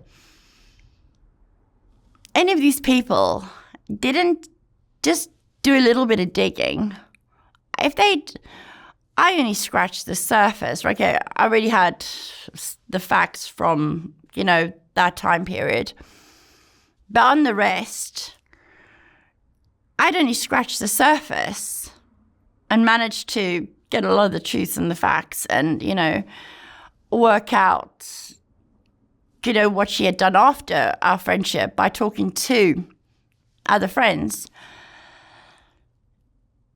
And it didn't take a long time to do that. I managed to basically pull it all apart in the space of maybe 2-3 months. And it took 2-3 months because I wasn't actively chasing it every day. I would just speak to our friends from back then, if and when I had a minute, and said, can you have a chat, about Anushka. And not one of them actually had a positive thing to say about her, which I also found quite shocking because, bearing in mind, we were all friends. I just thought that somebody would have maybe something positive, that they would remember from, that time. And some of the comments were quite disturbing because they had more negative things to say than positive things. And I thought, well, I actually even said to one or two of them, is there not one thing that you remember that really sort of stands out for you that you would remember her fondly for? And the one guy, he said, well, give me a minute, and he's thinking, and he goes, no, I stick with my original story. And I thought that was really funny. Because now I'm laughing, thinking, he just said, oh, give me a minute. And I was like, and it's almost like you can hear his brain ticking, like he's really trying to remember something good and nothing's coming. And he just said to me, oh, God, he said, it's a blast from the past and she'd stay there. And I was like, oh, God, that's not the first person I've heard that from. It says a lot about the way this investigation was conducted that she was the highest paid. She was the highest paid, according to Lisa Phillips. She was the highest paid. Of all the victims? About all the victims, yeah. And yet she's concocted the whole story. But yet, this is now the funny part. She was the one that got the highest paid, but she's come out with the biggest lie that I can, when I've spoken to a lot of people, she's come out with this big lie, this massive lie. And not one person has done a bit of investigation. There's not one journalist that's brave enough. I wouldn't say smart enough, because there's probably quite a few smart people out there, but no one that's brave enough to challenge the narrative in the media, because it is. I mean, they've put out what they want people to see, what they want people to believe, but it's not the truth. So I don't understand this, because why don't you want people to know the truth? You've got all these people who are screaming for the truth. You've got all these people saying, we want to know, we want to know. Okay, well, how are they going to know if the media keep silencing the ones in the background saying, but, I can tell you what happened, but they don't want to hear that. They just want to put these girls up on the podiums, on a stage, parade them like they're rock stars, but then you've got some of them who aren't genuine, who absolutely don't need to be standing there and advocating for something that never happened to them. Really, the most in, It's like scary. a lot of girls have been silenced.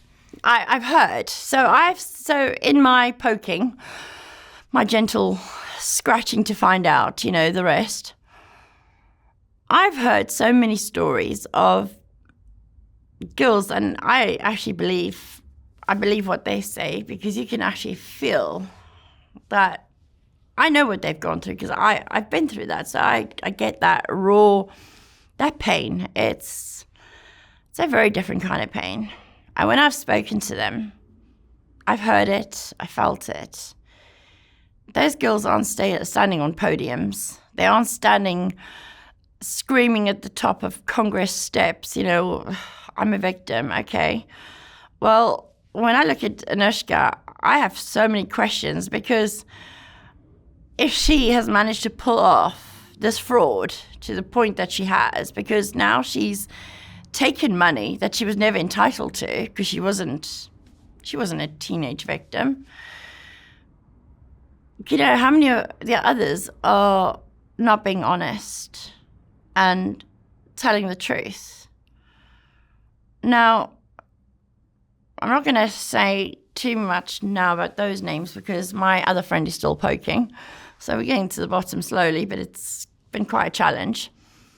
So the girls that are standing on that podium and steps, I can tell you at least 3 of them, including Anushka now, that also have tons of podcasts. You see everywhere. They aren't being 100% truthful.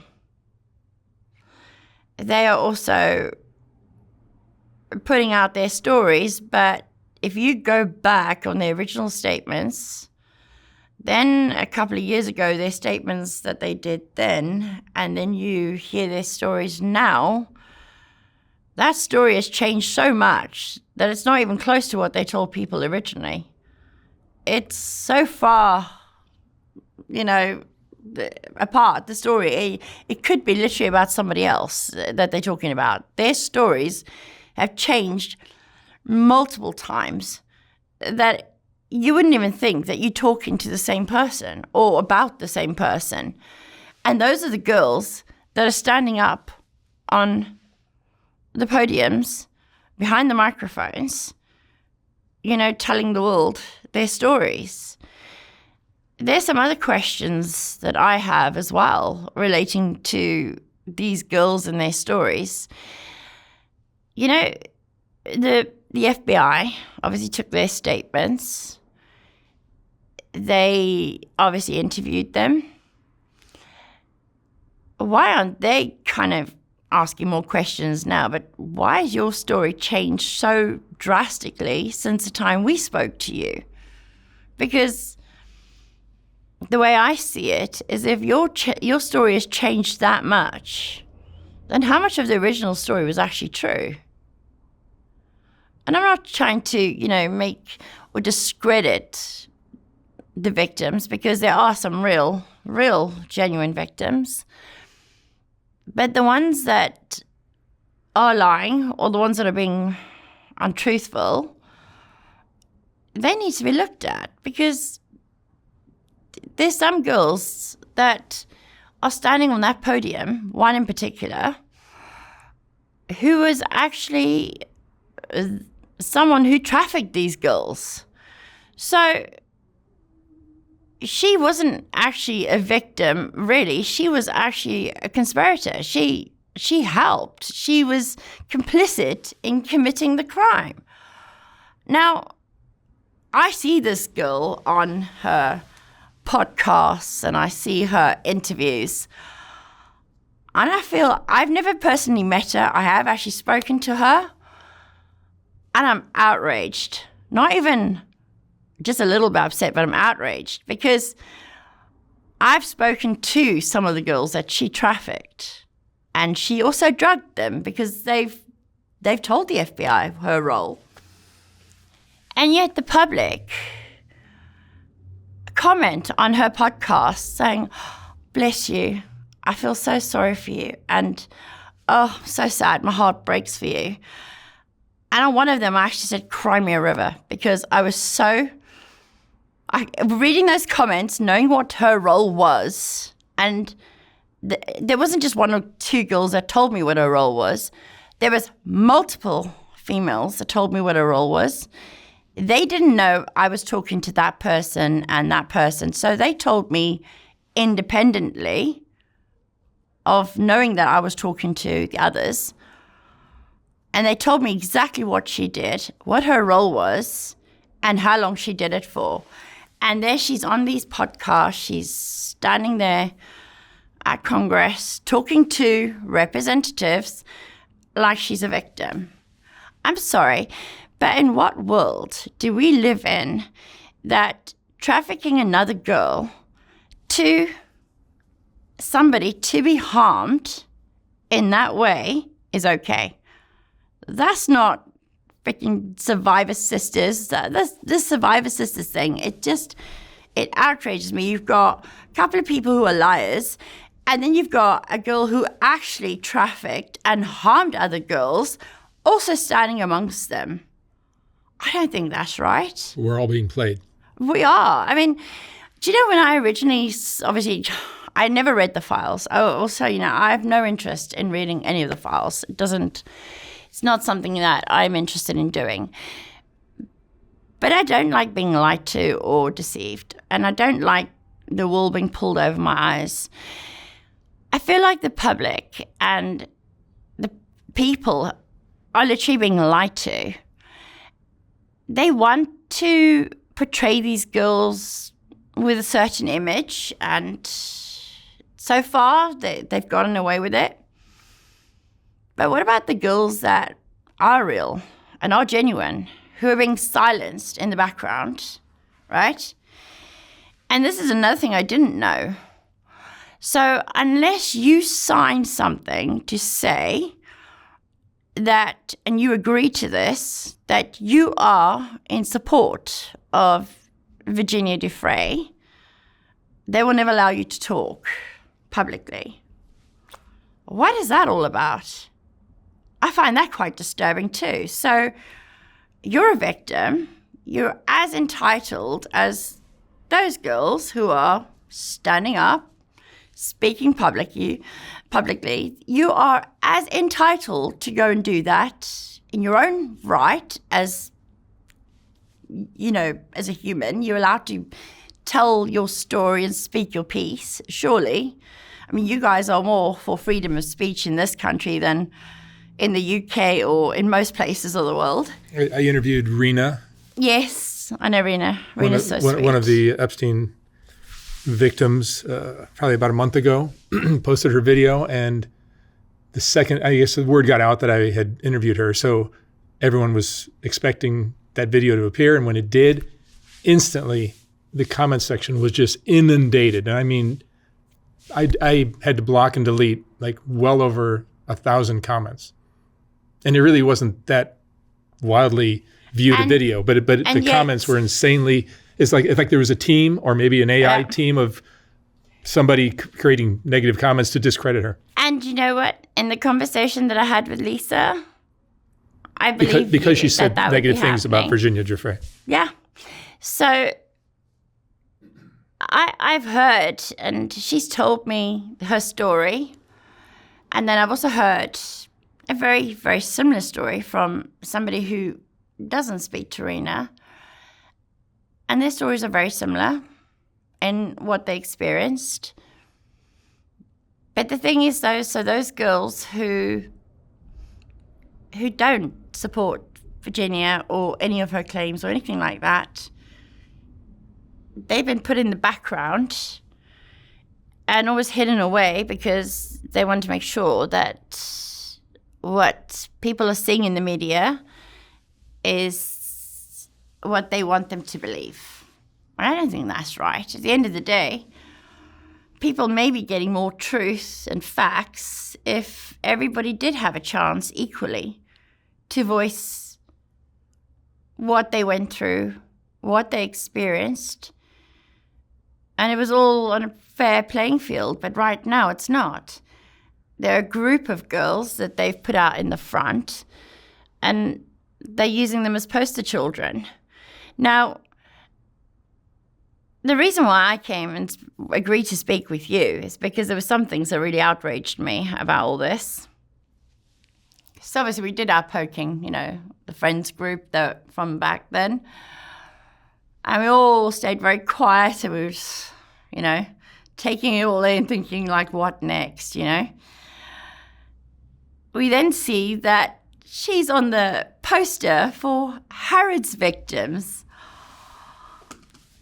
Someone actually sent me that, and they said, "You won't believe this." And I said, "Oh, God, to be honest, I've heard so many things that have shocked me recently that I don't, to be honest, there's nothing that you could throw at me right now that I wouldn't probably believe, because, you know, when you've seen all this stuff and you're still digesting it because it's so much in such a short space of time, and there's obviously so much that's happened. Now they're sending you her face on this Harrods victims poster."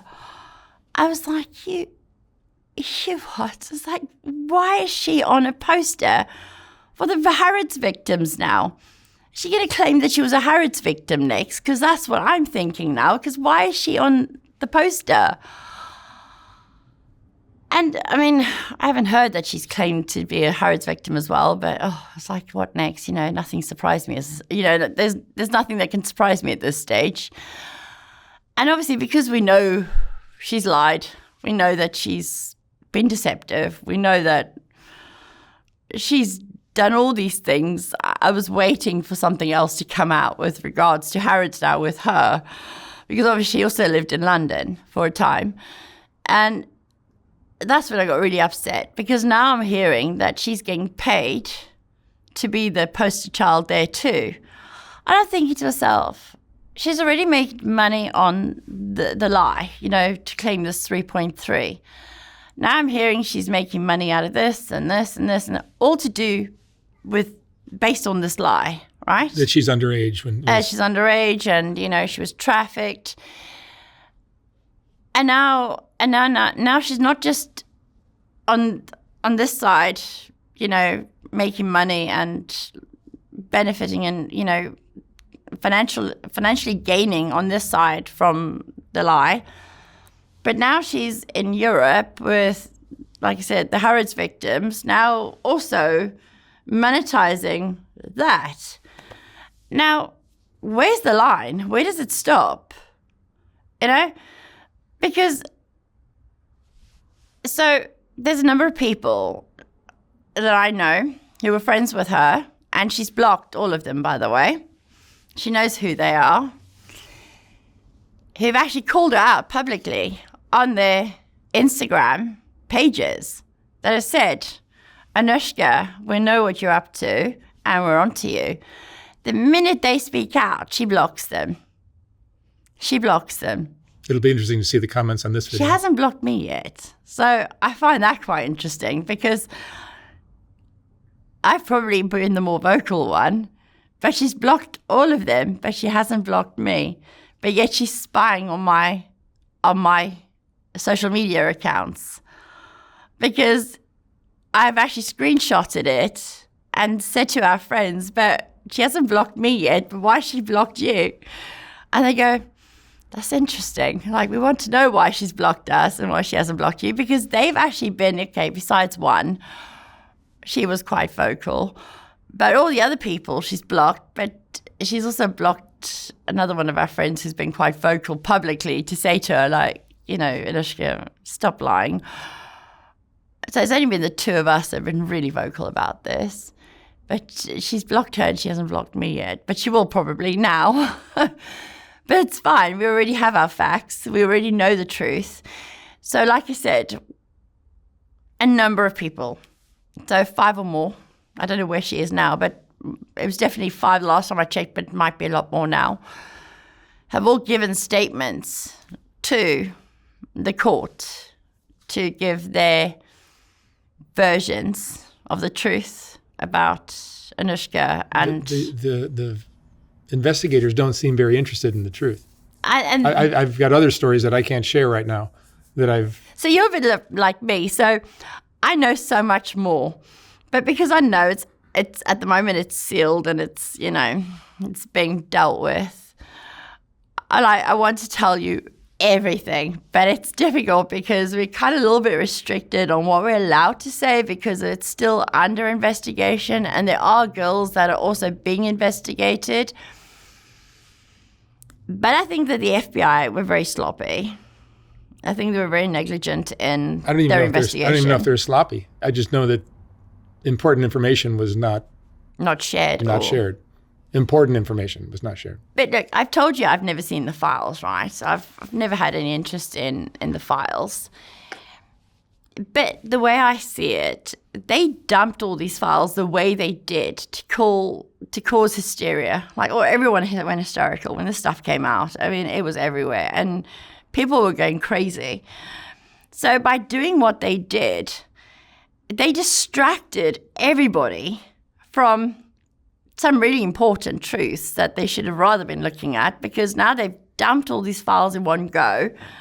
Everybody wants to see what it says. They're all racing to read that, but they've skipped past the important stuff because it was literally just a distraction. Mm-hmm. By doing that, there were so many other things happening, but people were distracted by the way they dumped all this stuff all in one go. You know, it's fine for people to know what the files say and what information is there, but from what I understand, there's no rhyme or reason to half the stuff that's in there. They just kind of dumped. Like, there's photographs that have been redacted, their faces, and there's no explanation to half of it. I don't want to know about stuff that there's no explanation to. I want to hear facts. I want to hear truths. I want to hear the real victims, the real stories, and the fake ones need to be prosecuted, because what they have done, they've obtained money by deception. They've taken money from a fund that they had no right to take any money from. And as far as the people that gave evidence or, testimony on the stand under oath, those people need to be prosecuted for perjury. But now I'm told that the likelihood of them being prosecuted for perjury, knowing full well that they were lying, is probably 0 to none, because they don't want to be seen victimizing the victims. Now, listen to what that sounds like. It sounds so ridiculous, victimizing the victims.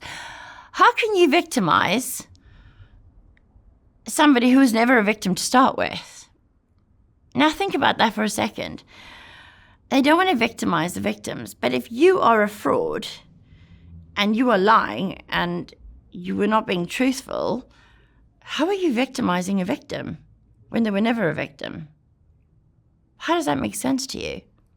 Explain that to me, because I don't understand how people can even have that mentality of, okay, we won't prosecute them because even though we know that they're lying or they're fraudulently given testimony, we won't prosecute them because we don't want to look bad.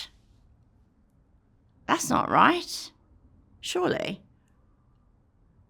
I don't know. These are opportunists who are trying to make money. But this is it. So I was explained the way the fund was set up. So the attorneys, the victims' attorneys now set this all up, and how it was set up. The victims could claim from it, and they based it on, the payment was based on how long you were subject to the abuse and how long you were in this abuse cycle is how they worked out. And I think the age as well, right? They looked at the age, they looked at how long, but I think the age was more of a shock factor. So when Lisa told me that, they were encouraged to lower their ages, a lot of stuff started to make sense. There's those buzzing questions you have in your head and thinking, but this doesn't add up and that doesn't add up. And then once people start telling you why things happen, like, oh, we were encouraged to lower our ages, all those things that didn't make sense start to make sense. The payments, how much they got, all those little things start to make sense. So it was based on their ages, it was based on how long, and, it was more to do with the length of time. That's why Anushka made her time so much longer, and she made the age of, 16. and this is now the other thing, I say made the age of 16, well, she made out she was 16. She didn't actually make out she was 16 because in the trial, she said that she was 17. But then I also want you to put stuff up later that everyone can see because I don't want you taking my word for it. I want people to see it. I want them to see for themselves that they are being lied to. I want them to visually see it. I think that people will take a very different view of all this when they see the evidence. So at the trial, Anushka says she was 17. All right, so she's been saying that line for a while. Then after Lady Victoria was on Piers Morgan and she mentioned Anushka's name, Anushka puts up there, she's talking about me. I was 16. Now I'm already having a bit of a giggle at this, thinking, okay, well, first she tells everybody she was 17. A few months go by, or a few years go by. I don't even know how long it's been a while. Some time goes by. And now she's claiming she was 16. So in the testimony, she told the court, I was 17 years old when this happened at 44 Kinnerton Street in Ghislaine Maxwell's house. She says that in her testimony. It's all documented. And now she's telling people she's 16. So the age has gone down by another year now, right? So I send one of our friends, our mutual friends, so a friend of mine, Anushka's, I sent her a message and said, she's probably going to be 15 next month at the way this is going because, like, we know she said 17. Now she's saying 16, and we're just watching this age go down and down. And she then made a tongue-in-cheek comment. She said, oh, next minute she's going to be 10, the way this is also, because we're joking, like how her age keeps going lower and lower. And then we've gone back and both of us going, let's just double check that testimony. It was 17. And like, yep, no, it was 17. And now on all the comments that she now posts on social media, now she's 16. All of them recently in the last 4 or 5 months, they're all 16. So I don't know what people are going to make of that, but surely they're going to ask questions because none of her facts are real. I mean, how do you go and meet somebody at their house, but they do not even live in that house or even own that house? I actually know the people's names who lived at 44 Kinnerton Street in 1994, and it sure as hell was not Ghislaine Maxwell. They actually, this couple, separated in 95, 96. They separated, and it was 95. They separated, and they had somebody else come and live in the house for about a year until it was sold to Ghislaine Maxwell, which was on the 19th of December, 1996. So what did Anushka and Maxwell do? Did they have tea with the couple who were living there? Because I don't really see how her having been to Ghislaine Maxwell's house in 1994, having cups of tea with her, when she never even owned the property. And she said it was at that address? It was 44 Kinnerton Street. Another thing now, so this only happened, I think, last week. And I think I mentioned it to you and also mentioned it to Ghislaine Maxwell's attorney. Now, I know where Anushka lived. I went to that house plenty of times in Belgravia in Eaton Square. And I walked a lot during that time. And we were young. We weren't like our age now where we're falling apart and much older. We were active, we were young, and even in those high heels, she would walk a good distance. And if what she's saying, she was 17 when she went to Ghislaine Maxwell's property in 1997. Oh, sorry, 1994, sorry. 1994. She was 17 then. Why was she catching a taxi? Because if you look where Ghislaine Maxwell lived and you also look where Anushka lived, it's probably about a 5-minute walk. So I don't know if you've ever been to London, right? Mm-hmm. Taxis are fun and games, right? There's never one when you want one. And especially where she's describing as well, there are some that go by. But when you look at the distance between Ghislaine Maxwell's house and Anushka's house, I've walked that stretch because the Nag's Head's there, the pub's there. And we went to that pub on multiple occasions and still walked back to her house from that. So the Nag's Head, which is the pub, is literally right across the street from Ghislaine Maxwell's house, right? In that interview she did the other day with this Light Bible, which I found quite funny because there were so many lies in that whole interview. She said something about, when I left, she obviously got hushed out the house, and then when I left, I walked to the end of the street. Now I know exactly where she's referring to because I've been there, and I've been there with her, but not to Ghislaine Maxwell's house, but to the pub, which is across the street. And I'm listening to this going, she said, I walked to the end of the street, then I caught a taxi home. I immediately looked at my husband and said, that's a load of rubbish. And then I said to him, I want to show you a map. Now I'm getting really excited because I'm going to show my husband how close this is. I said to him, that's where the pub is, all right? And literally right across the street is where Ghislaine Maxwell lived. And you walk there, you go up there, and you walk there, and there's Anushka's house. But if she says that she walked up the street to get a taxi, if she'd walked that 2-minute walk, she might as well walked a bit further because it would have only literally been another few minutes and she would have been home.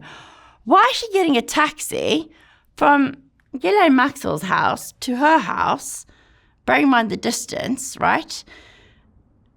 It made no sense to me at all. We've even walked out when it's rained. And the one thing that I will say about Anushka, she always carried an umbrella, one of those folded down things. She always had one of those with her. And she wore the highest heels. I mean, they were ridiculous. How she walked in them is just beyond me, but she always lived in heels. Even in those heels, she had walked from the Nag's Head to her house multiple times. She had never caught a taxi. So that was also for me a big question mark because I knew for a fact that she had walked that plenty of times. But then after she got her driver's license, because then this is now where Dorian made a comment once, and she got her driver's license when she was 17. And he'd made a comment because even if she hadn't done the walk, when she got her driver's license, she had this like vintage Mercedes, okay? It was like a metallic color. And I remember it, like, I can still see it, and I still remember the car. I spent lots of time in that car. So if she's claiming she was 17, the likelihood of her taking a taxi would have been zero, because even when Anushka was totally off her face on drugs or alcohol, she would still drive. Lots of times. She never, ever took taxis. She drove everywhere, even in her, shall we say, intoxicated states. She drove everywhere. So I don't even recall us ever getting taxis, to be honest. I got taxis when I was on my own, but when I was with her, she would always drive. She never called taxis anywhere. So when I heard that the other day, firstly I'm thinking, but we did walk that a few times, you know, myself and her with other people to that pub, that very pub, and walk back to her house. And then I thought to myself, but she was 17. And once she had that license, she drove that little vintage Mercedes everywhere. Everywhere she went, we drove. Even going to lunch in Sloane Square, Sloane Square, if you're standing in front of the restaurant, so Sloane Square Station's over there, and Oriel's is on the corner to your left. And actually, Hugh Grant goes there quite a lot, or he did back in the day. So we would often see him there too.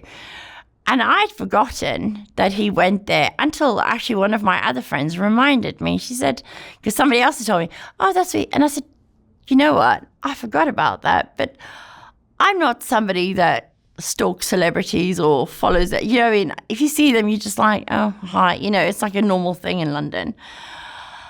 And the restaurant that we always went to was so close to her house, but we'd still drive there because she wanted to drive. So I find the whole getting a taxi thing from, you know, Kennington Street back to Eaton Square, I found that very bizarre. Just knowing her and her habits was really important in putting things together. Things that I knew that she would do, things that she would never do. Like her dress code, for example. I know at night that when we went out, she would dress quite provocatively. But in the day, you could swear that she was a Catholic schoolgirl. You know, she would dress like very, you know, neatly, you know, cleavage showing. The skirt would be a bit high, but, you know, nothing too much for daytime. All very respectful in the day. As soon as night fell, it's like a whole different character came out. And I don't know why that is, but she was so different at nighttime, and in the daytime, all respectful, and the nighttime, she behaved like, you know, a call girl. And that's the best way I can describe it, because even I said to her, she's starting to get a reputation. And she was, you know. There were people that told me during that time, you know, Anushka's getting a reputation. Be careful, because they might, you know, palm you off in you know, the same way. And to be honest, after I was raped, after what she said to me, I knew for myself that she was not the person that I wanted to be associated with. You know, she had already hurt me in a way that I could never describe. But then her behavior became so out of control. And I actually hoped, I know this may sound strange to some people, but I actually hoped as she grew up that what she put me through, what she did to me personally, I'd hoped that she would have grown out of that and bettered herself and become a better person. But then when I heard about all this and all the lies, I just thought to myself, she hasn't changed at all. She's just got better at lying. That's all she's done. But another thing I noticed with Anushka, my brother's going to hate me for telling you this, but as a kid, my brother used to smile when he lied, right? And it was always like a tell that, you know, when he lied, he smiled. Anushka had this thing with her lip when she lied. She used to raise it slightly, you know, you could see it. I saw a clip that somebody sent me, and she had a blue bow on her head, wearing like a blue denim shirt. And she said, before I knew it, it was too late, he raped me. She did that thing where she did when we were younger, where she lied and she would twitch her lip. She'd lift her lip. The thing is now, she's got so much lip fillers in her lip, it's very hard to pick it up now, because now her lips are full of lip fillers. When she didn't have all the lip fillers, you could actually see it a lot easier. And that's something that I do remember from back then, is that little twitch that she did when she lied. Because when she lied to her mother, when we would go out and, you know, she would tell her mother, she called them white lies. A bit more than white lies. She'd lie to her about, you know, where she was going, what she was doing. She did that little twitch thing with her lip. And I still said to her and joked with her, I said, you're just like my brother. You're going to give yourself away just by the body language, the tells, you know. She had this like twitch, and I saw it in that clip. I saw that twitch. And I still said to my husband, there it is, right there. Then she was on an interview with somebody else, and she was wearing this yellow jacket. And she did it again. She had that twitch when they asked her about Donald Trump. She did that twitch with her lip.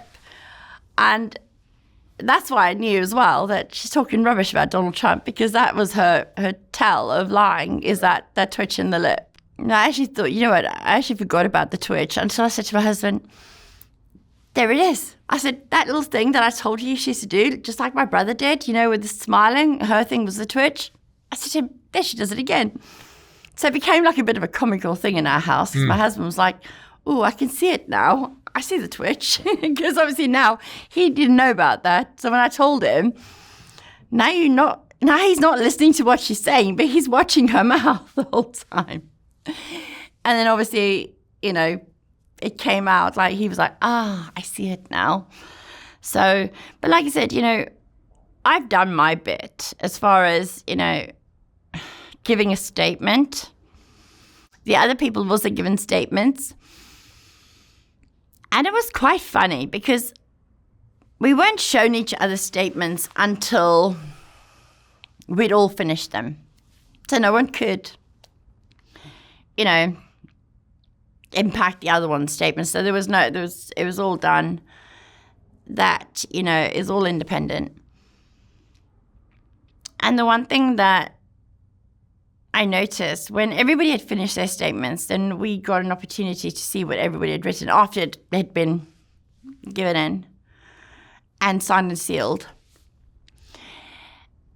And when those people read my statements and I read theirs, bear in mind we hadn't conferred or discussed what we were going to write. No one did that. We just said, okay, we all have to do statements. It has to be in by such and such a date, which was fine. Once it had been submitted and everything was signed and sealed, we got a chance to read each other's statements after the fact, after they'd been signed and sealed. The statements were literally almost identical. And what we wrote, the pattern of behavior, the things that we saw, it literally read like mirror, you know, maybe a place changed. Yeah, okay, the dates when changed. But what we saw, what we encountered, the drugs, the promiscuous behavior, the drinking, all of it was the same. All of it. Everybody's statements read the same. But there was one interesting thing, though. So one of the statements had said that Anushka had actually asked a friend, a mutual friend of this person who did the statement, to lie for her, saying that she had mentioned Jeffrey Epstein and Ghislaine Maxwell prior to this coming out. So she has gone as far as to ask people if they will lie on her behalf. Why would you need to do that if you're telling the truth? Why would anyone need to lie for you? You shouldn't have to ask anyone to lie for you. If you did tell them, then that's one thing. But why are you asking? Like, can you tell people that I spoke to you about this before this came out so it makes me more credible? Why would you do that? $3 million. 3.3. Don't forget the change. Oh my God. Like I said, when I first heard about this, obviously it was by accident. It's like powers above meant for me to see all this. And I really wish I hadn't, to be honest, because it bugged me from the day that I saw it. It's just bugged me because there's so many things. I know it sounds silly, but you forget a lot of stuff, right? But then, like, you wake up one night, you go, yeah, but we were also there, and we also did that. I remember that. And then your brain starts running away with you, trying to see if there's more things that you remember and more people that you can think of that would know. I sat down the other night with my husband, and without even really putting any thought into it, I said to him, I can name 10 people that are still alive now that can confirm stories and that were witness to stories. 10 people without even trying. I said, if I really put my brain to it and really went back, I could probably double that, with people that are still alive at least. But this is something I said to the attorney. I said to her that it kind of bothers me, the fact that there are so many people who are now dead in this, you know, people that can also vouch and people that could have come forward. It's actually quite scary when you realize how many people have died in that 30 years. Because when I sat down to work out and give names of the people that were there, I also obviously realized how many people had died. And there's a lot of people who have died in that time who would have been able to give some fantastic stories of the days. And I think she counted on that, because to come out with such a lie, I mean, it's not just a little lie. It's a lie that is quite substantial. I think waiting 30 years where people have died and they can't say, well, actually, you know, she's lying. I think she's counted on that, because those people now are 6 foot under and they can't come forward and expose her lies. But I also wonder, I actually have wondered, or when this started, I actually wondered if she thought I was dead, because all my stuff's very private. I also got married a long time ago, many years ago, that obviously my surname had changed, that she obviously didn't look me up anymore because my surname would have been different and she wouldn't have known what it is now. I mean, back in 97, 98, 99, 2000, there wasn't really social media, and, you know, like we take photographs now with our phones, you know. In 1997, 98, that was not the way things were done. I mean, it's a different world now. Emails weren't really a thing. You know, taking a photograph with your phone wasn't a thing. It was a very different kind of life then. I mean, you could party it up all night, all hell could break loose, and there would be no evidence of it the next day. Where now you could never get away with that. But I think Anushka counted on that, you know, the fact that the technology where she wouldn't be found in compromising positions and sprawled out on public bathroom floors wouldn't be floating around of her, because we didn't have that technology back then. I mean, nowadays you would never get away with that, but then you absolutely would have, because it didn't exist. People, the only witnesses you had then are people like me and, you know, people who are physically there that can tell the story. To me, today you just take photographs when you're out and about on your phone and it tells the whole story of what you did the night before. But yeah, so the world has changed quite a lot, and I think, you know, I think she definitely relied on that. That was definitely a bonus for her. But she forgets that when she came out publicly with her name, the whole world then knew. So there was no point in her using an alias, because once she came out publicly, the story, it took a while to travel across the ocean, but it definitely traveled and it reached all the right people, put it that way. Because all the people that do know her and knew what she was doing back then are all slowly coming forward now. And actually, I would actually ask if anyone else remembers Anushka. And anything that you can possibly remember from between 94 and 2000 to make contact, because the more the merrier, and then we can actually also put more of the pieces together. We've got a lot of the pieces. There's a lot of deception here. I just think that it's time the truth comes out. And I think, that picture or that face that you see giving the speeches and the screaming for government to do more, and they want truth, and Anushka's right up there giving them those speeches. I think people need to start asking questions, and the right questions. I think people are asking questions, but they're asking all the wrong ones. But as far as the credibility of Anushka, I want people to start doing their own digging. I don't want them just to hear it from me. I want them to read the documents. I want them to see the documents. I want them to understand and grasp how they've been lied to. I think if they see it and they read it for themselves, I think they're also going to sit back and think, oh, wow, we have been lied to.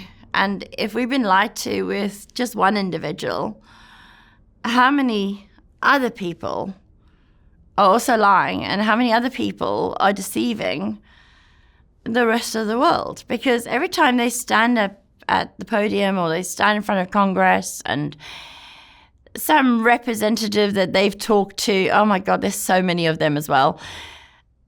And that to me is all really confusing, because these are supposed to be intelligent government representatives. Why are they not asking questions? I find that quite strange. There's a lot of strange things with this case. To be honest, I don't even want to read the files, because I find just what I know of Anushka and what I know of some of the other girls, I find it so mind-blowing, and it's so depressing, actually. But it's been a ride, I will tell you. All right, Samantha, thank you so much. Thank you so much, Mark. Very different talk on the whole Epstein story. I hope it's been informative, and I hope people are now going to do a little bit more digging of their own, and they can actually come to their own conclusions, and hopefully we get some truths come out. That's right. All right, thank you very much. Mark. Thank you.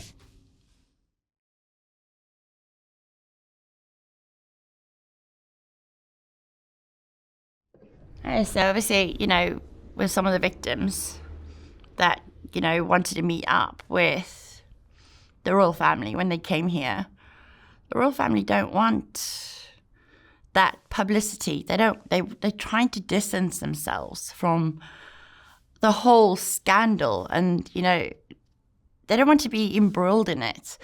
So where the victims were all screaming, we want to meet with, the king when he came, they said, well, because there's still legal things happening. But I didn't believe that's the case. I think they were just trying their best to try and forget about it, move on, let everyone else forget about it and move on. And if they now came and they met with the victims, that will bring it all back up again, and it will be all fresh again, and the whole cycle and roller coaster starts all over again. So that's the only thing that I spoke to a couple of people about, the survivors now. And I said to them, there's no chance that's going to happen. This is now before they came. And obviously when they came, they were all disappointed. And I said, well, I did say to you that the chances are going to be pretty much zero, because they don't want to know. They're trying to distance themselves as much as possible. And they've done a pretty good job of it so far, don't you think?